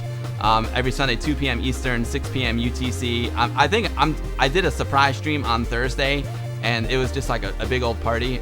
We were playing a Commodore 64 game, and I still have more Amiga news to get to. There's a new game that came out for the Amiga called Magica, as well as an unreleased prototype game, some more new bits of Amiga news. So I got my eyes on Thursday again, a late Thursday stream, a 4 p.m. Amigaville after hour stream. So 4 p.m. Would be 8 p.m. UTC, 8 p.m. Universal.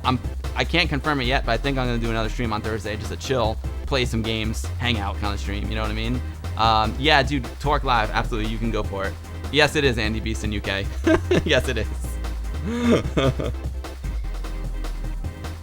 Brother Bill, I really, to be honest, I really don't, because I can't stream enough. I have all the numbers for that, but I can't stream enough times to qualify for it. So whatever, you know what I'm saying? I don't. The only thing that matters to me is that all you folks show up here every week and give me so much love and support. It's just amazing. Thank you, TMBTH. It's cool. I like to mix it up. You know, I like the gaming shows, the casual gaming shows, as well as the interview shows. I hope they had a good time. You know, I hope they had a good time. Stimulant Systems, Greenwich Mean Time. I think Universal Time is 0. So then, I don't know where you are, Stimulant, but Universal Time is 0, so that whatever your time zone is, you take it from 0. So like, I'm in New York City, so I'm UTC -4. You know what I'm saying? I know British time is +1, and Central Eastern European time is +2. So that would be, so if you're in the UK, it would be, let's see, math, 9, it would be 9 p.m. UK, and it'd be 10 p.m. Central Eastern time.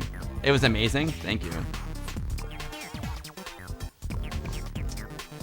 Oh, good. Someone's asking me a question. Nice. Milo Chocolate, your time is the correct time, 2:18 p.m. Nice, Milo. Tony, my favorite Amiga games? I didn't even wear a hat today. I was so thrown off. I like Another World. I like Lemmings, Marble Madness, Shadow of the Beast. New Amiga games, I mean, I like Worthy. I like Reshooter. Tiny Little Slug is a great one that's been released lately. Rotator's great. So many. I feel weird naming them, but there's so many good ones. But classics, I'd say Another World, Shadow of the Beast for its technical and beautiful beauty. Lemmings is fun to play. I love Marble Madness. It's great. Purple Haze Maker, Shadow of the Beast. Yeah, Lemmings is so good. How can you not love Lemmings? You know what I mean? What's my favorite mod outside of Hoffman? Milo. I'm loving the ones from Citrix right now. I'm playing one from Citrix. I love the work of Comatron. Dude, obviously I love Comatron's work because I play his music at the beginning. I love DJ Billy Nest's work. It's amazing. So I guess I love, not a specific file, but you know, Citrix is amazing. Hoffman's amazing. Yogur Lionhall is amazing. I love Yogur Lionhall. So there's some of the great ones. Sensible World of Soccer. Alan-san, dude, Alan-san, I promise I'm gonna get your chinchilla up as the as a mascot in my Discord. I promise. UTC -4, Amiga Bill time. You know it, Air Yuri. That's hot tub time. I should turn up, Lord, right? I should. But you know what? I like to support those guys. So if all things work out and I have the funds for it, I'll buy one to support them. I like to buy stuff as much as possible, even though this year has been really difficult. Not gonna lie, I wasn't allowed to work from March through August. That was brutal, but that was awesome. The mod I played this stream, Brother Bill. What mod? Which one? I played a bunch of them. Edvin, can I share the Citrix mods? I can't, Edvin.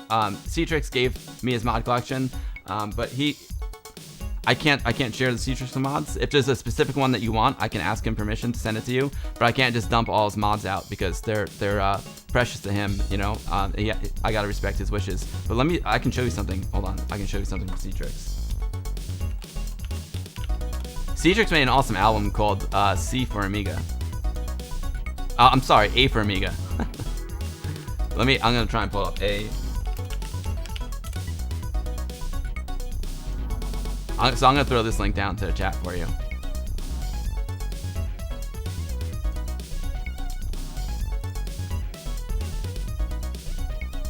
Oh, dude, yeah, totally.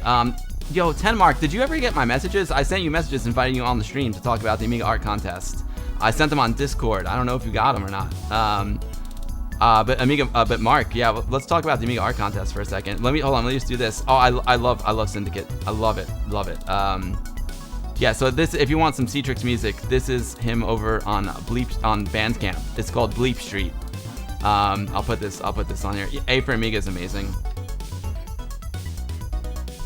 There you go. Oh, Chaos Engine, of course. I love Chaos Engine too. The one I play after the intro, Brother Bill, the mod I play after the intro is called 7000 by Comatron. Oh, you didn't see those? I should have, Tenmark, I'm sorry. I should have pinged you elsewhere as well. But Tenmark, I'm gonna pull it up right now. I'll pull it up right now. And if you want to come on Thursday, 10 Mark, hold on, let me go back here. Oh, check this out too. Do you guys like Master Control here? Nuts. Oh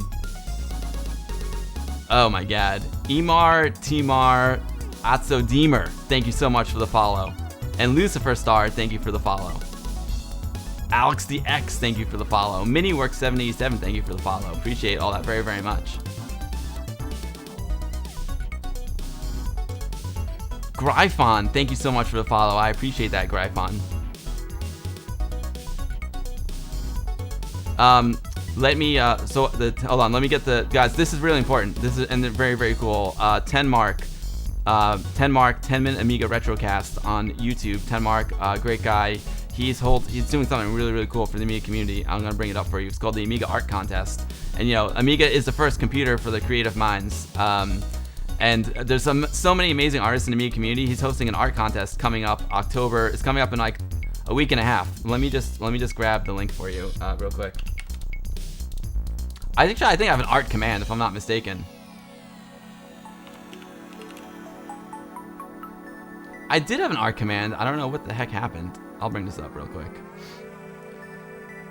See, check this out. So, see, all the Amigaville subs and patrons get this nice little document at the end of every stream, and I've been including the link for the Amiga Art Contest in it. Let's pull it up and see. Thank you for shouting out 10 Minute Amiga Retrocast on YouTube, Brother Bell. Thank you so much. 10 Minute Amiga Retrocast presents the Amiga Art Contest 2020.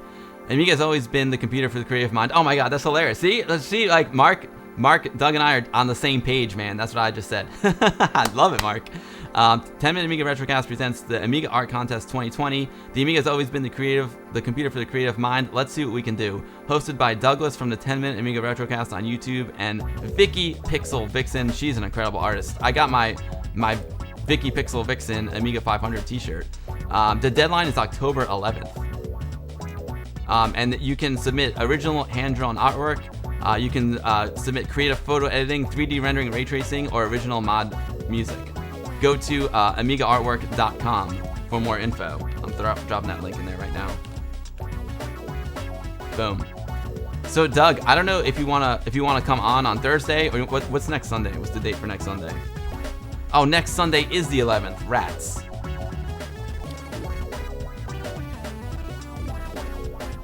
Yeah, 10 Mark. 10 Mark, I'm gonna be like the kid doing his homework the night before. Don't worry, you'll get some from me. I promise. I have two things I'm gonna get to you. I promise. You want to do Thursday? All right, cool. Come on Thursday, 10 Mark. Perfect. Another Amiga Ants contest. I probably mistyped that many times. So, but the only thing is, Doug, the only thing is I can't promise you I'm gonna stream on Thursday. I'm planning on streaming on Thursday. I don't want to confirm it just yet. But let's put it this way. If I come on Thursday, I'll have you on. Sound good? If not, I'll just keep promoting this. I'll do it on my social media and stuff. Dome Dag submitted his contribution months ago. Nice, Dome Dag. See, Dome Dags, you're like an all-star student. I'm the one coming in late. But yeah, definitely go to AmigaArtwork.com and get your submission into the 10 Minute Amiga Retrocast and Vicky Pixel Vixen. It's gonna be a fun one. Last year was great. Here's some of the work from last year. Amazing stuff. Amazing stuff.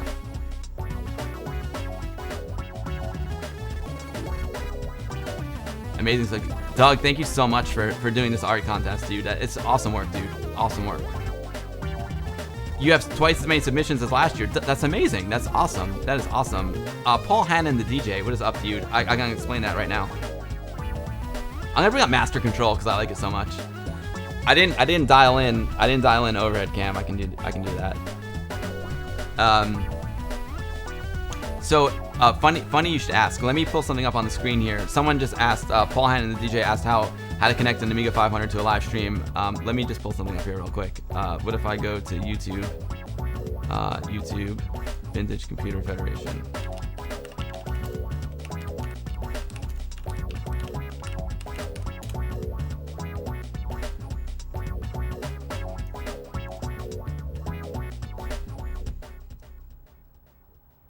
So check it out, guys. This is the website for the Vintage Computer Federation. They do VCF East, VCF West. They do some amazing shows, and VCF East was postponed. It usually happens in the spring. It was postponed this year, and this year it's going to be a hybrid exhibit. So like presenters are going to be there in person, but everything is going to be live streamed, and it's going to be live streamed on this YouTube channel here on next Saturday and Sunday. So this coming Saturday and Sunday, it's going to be live streamed here. And the reason why I'm saying this is because I'm giving a presentation on Saturday about how to stream from your vintage computer. I'm going to use an Amiga and a Commodore 64. I don't know what time. I don't know what time my my thing is yet, but stay tuned to my social media and I'll let you know. It's also on Sunday. Don't forget to tune in when you're not watching me on Sunday. You can tune in. You can tune in to the Federation. They're good guys. So to answer your question, the way I stream from an Amiga 500 is I bought an Amiga. Hold on, let me go. I bought an Amiga RGB to SCART cable. I got that from Amiga Kit. They're special cables. They don't make 23-pin cables very much anymore, so they take a 25-pin Amiga they take a 25-pin RGB cable and cut it down to 23 pins. So it's a 23-pin Amiga RGB to SCART cable. And once you get the Amiga signal to SCART, I like to convert it to HDMI. So I use something called the open source scan converter to convert it to HDMI. And then from there, that gives me HDMI output. That can go into your capture card. I use a Magewell HDMI Plus to capture my Amiga. It's an HDMI capture card. There's other options out there too. If open source scan converter is about $200. You can get this one as well. This is like this guy. This guy is like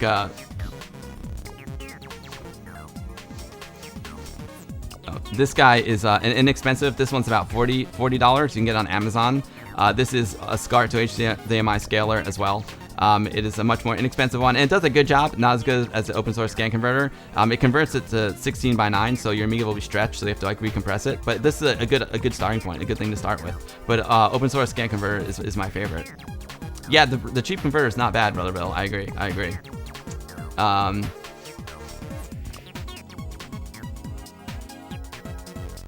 Oh yeah, open source scan converter is totally lagless. You're right, Bitstorm, and the quality is amazing. So Paul Hannon, the DJ, if you want to know more, you can tune in to my live stream on Saturday, sometime on Saturday, I don't know. Yeah, Milo, I've been on the open source scan converter for a while because I got one from retrobench.com. Now, SceneCat, I haven't dialed it in that closely yet.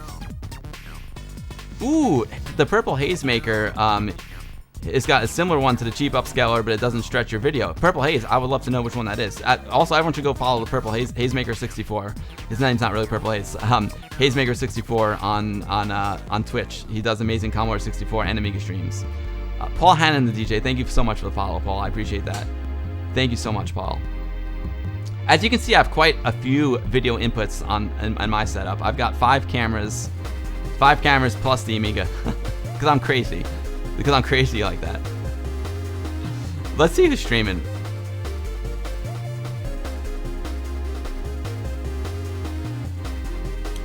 Okay, I'm gonna close that.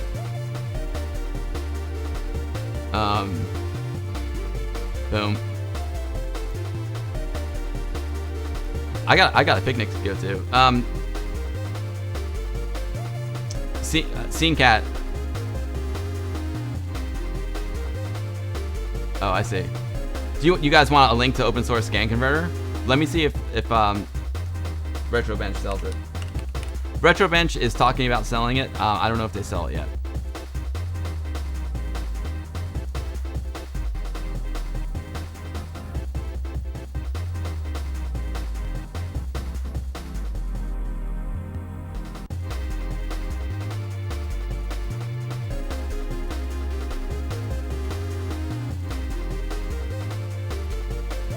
Sorry, I'm just looking through Retrobench's website. Check it out. But I do highly recommend Retrobench for anyone. And Retrobench also sells a Mister, and the Mister comes with legal Amiga ROMs, which is pretty incredible. And of course, if you're an Amigaville patron or subscriber, you get 10% off, which is pretty awesome. I don't see them selling open source scan converter yet at Retrobench, but they were talking about doing it. So you can get them on Amazon.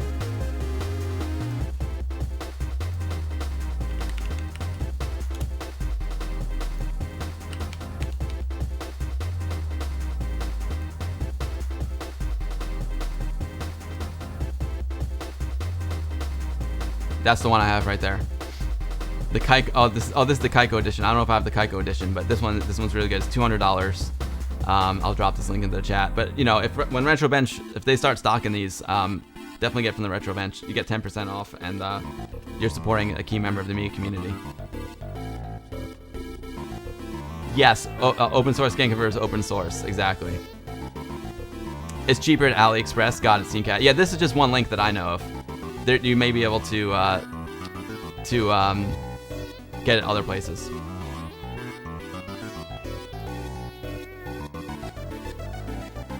All right, guys, let's see who's streaming here. Let me close this out.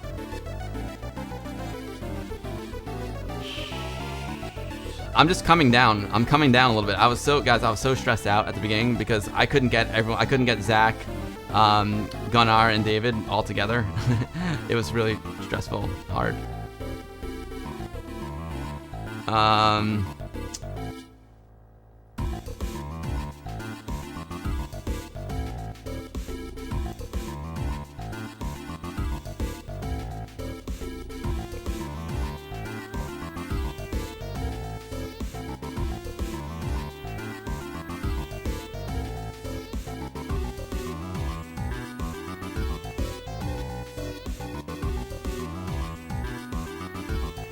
I'm so glad you guys enjoyed it, everyone.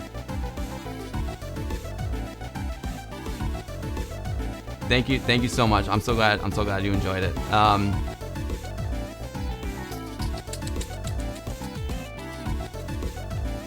Dude, you know I haven't rated in a long time. I haven't rated Hitch in a long time.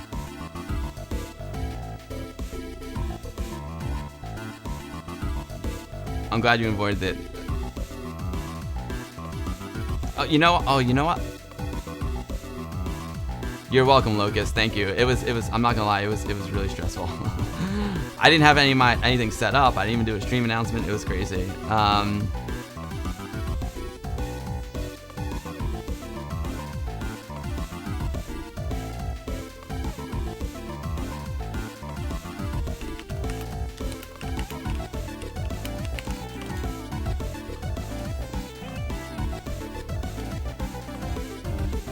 It was an amazing end of the week as always. Thank you so much.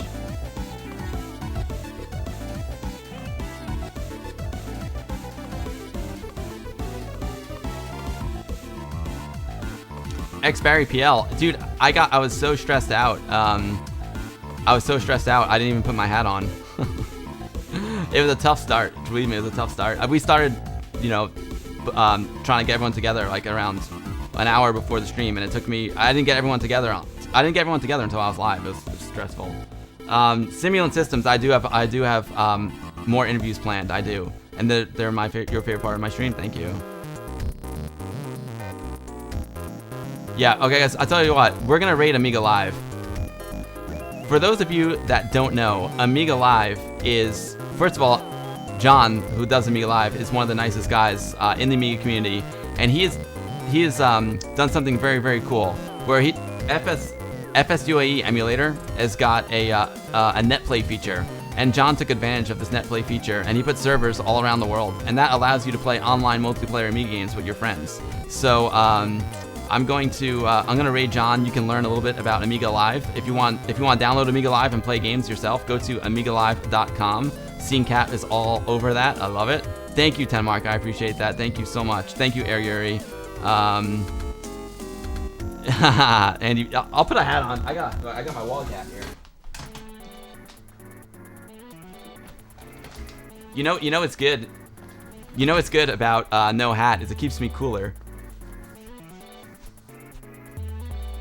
Maya 82 checking in from the Amiga Bill VIP Lounge. Maya, I'm so glad you enjoyed it. I really appreciate it. The Locust says the best stream is when I have guests. Interesting. All right, no, guys, I appreciate this feedback.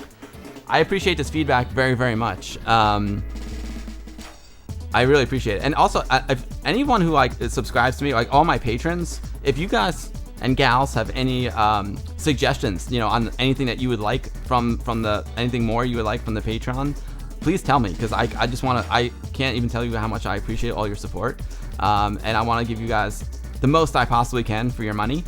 Speaking of patrons, here are my VIPs. So here on the monitor right now, I got ORAM, SR Baker, Milo loves chocolate, Maya 82, Chris from the Dark Horse Observatory, and of course we have Monster Joystick. We got MonsterJoysticks.com, creator of this incredible joystick right here. All Sandwall parts on the Monster Joystick. We got LemonAmiga.com. Get your fresh squeezed Amiga goodness at LemonAmiga.com. That's actually Sepp who does that. Thank you so much, Sepp. And we got RetroBench.com. Mentioned them earlier. RetroBench and Scott, amazing people. Recapping Amigas, doing amazing things at the Swag user group. RetroBench.com is incredible. If you're gonna buy a Mister, definitely buy it from RetroBench. You get your legal Amiga ROMs with it. It's freaking awesome. Also, I love DJ Billy Nest. Oh, there on my VHS, over there on the VHS cam. Do I got VHS cam full screen here? Let me see. I got some other special people on the VHS cam. I got DJ Billy. Oh, this is the VHS gamer. I got DJ Billy Nest from the Vintage Computer Society of Athens right there. Boom. Creators of the Greek Stick, which I'm going to be raffling off as soon as I fix mine. DJ Nest, I know we have to do that phone call. He's been so busy. And we got Amiga Sons. Amiga Sons down there. Amiga Sons checking in from Germany. Big fans. And Retro Ready 1 is usually on this monitor too, but I'm sorry, I don't have the Retro Ready 1 sticker. I wasn't ready for that. Love the show, worth the stress. Thank you, SW3Po. Thank you. Thank you so much. All right, guys, I'm gonna try and stream again on Thursday. If I can stream on Thursday, I'll have Doug on from 10-Minute Amiga Retrocast, also known as 10 Mark, talking about the Amiga Art Contest. And I'll play some games. I'm really good. There's some news and some games I really need to catch up on, so I'll do that as well. And maybe, who knows, maybe I'll even work on my entry a little bit, which I haven't started yet. Oh, God. I'm totally gonna be. I'm gonna be like the kid studying the night before the exam. You know what I'm saying?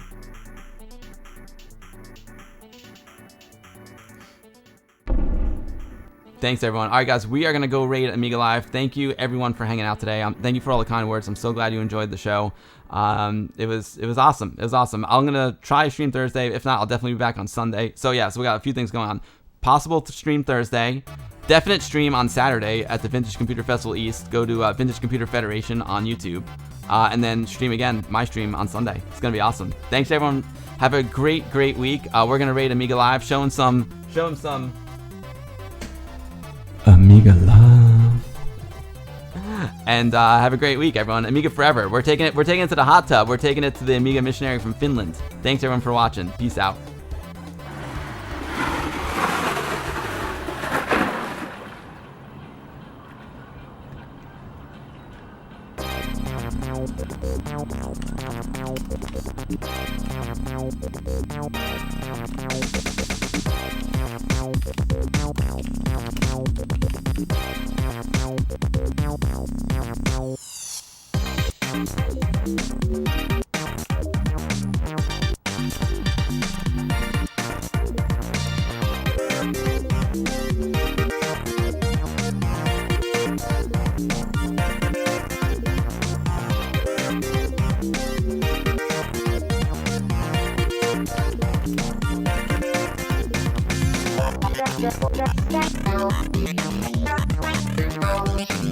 Shine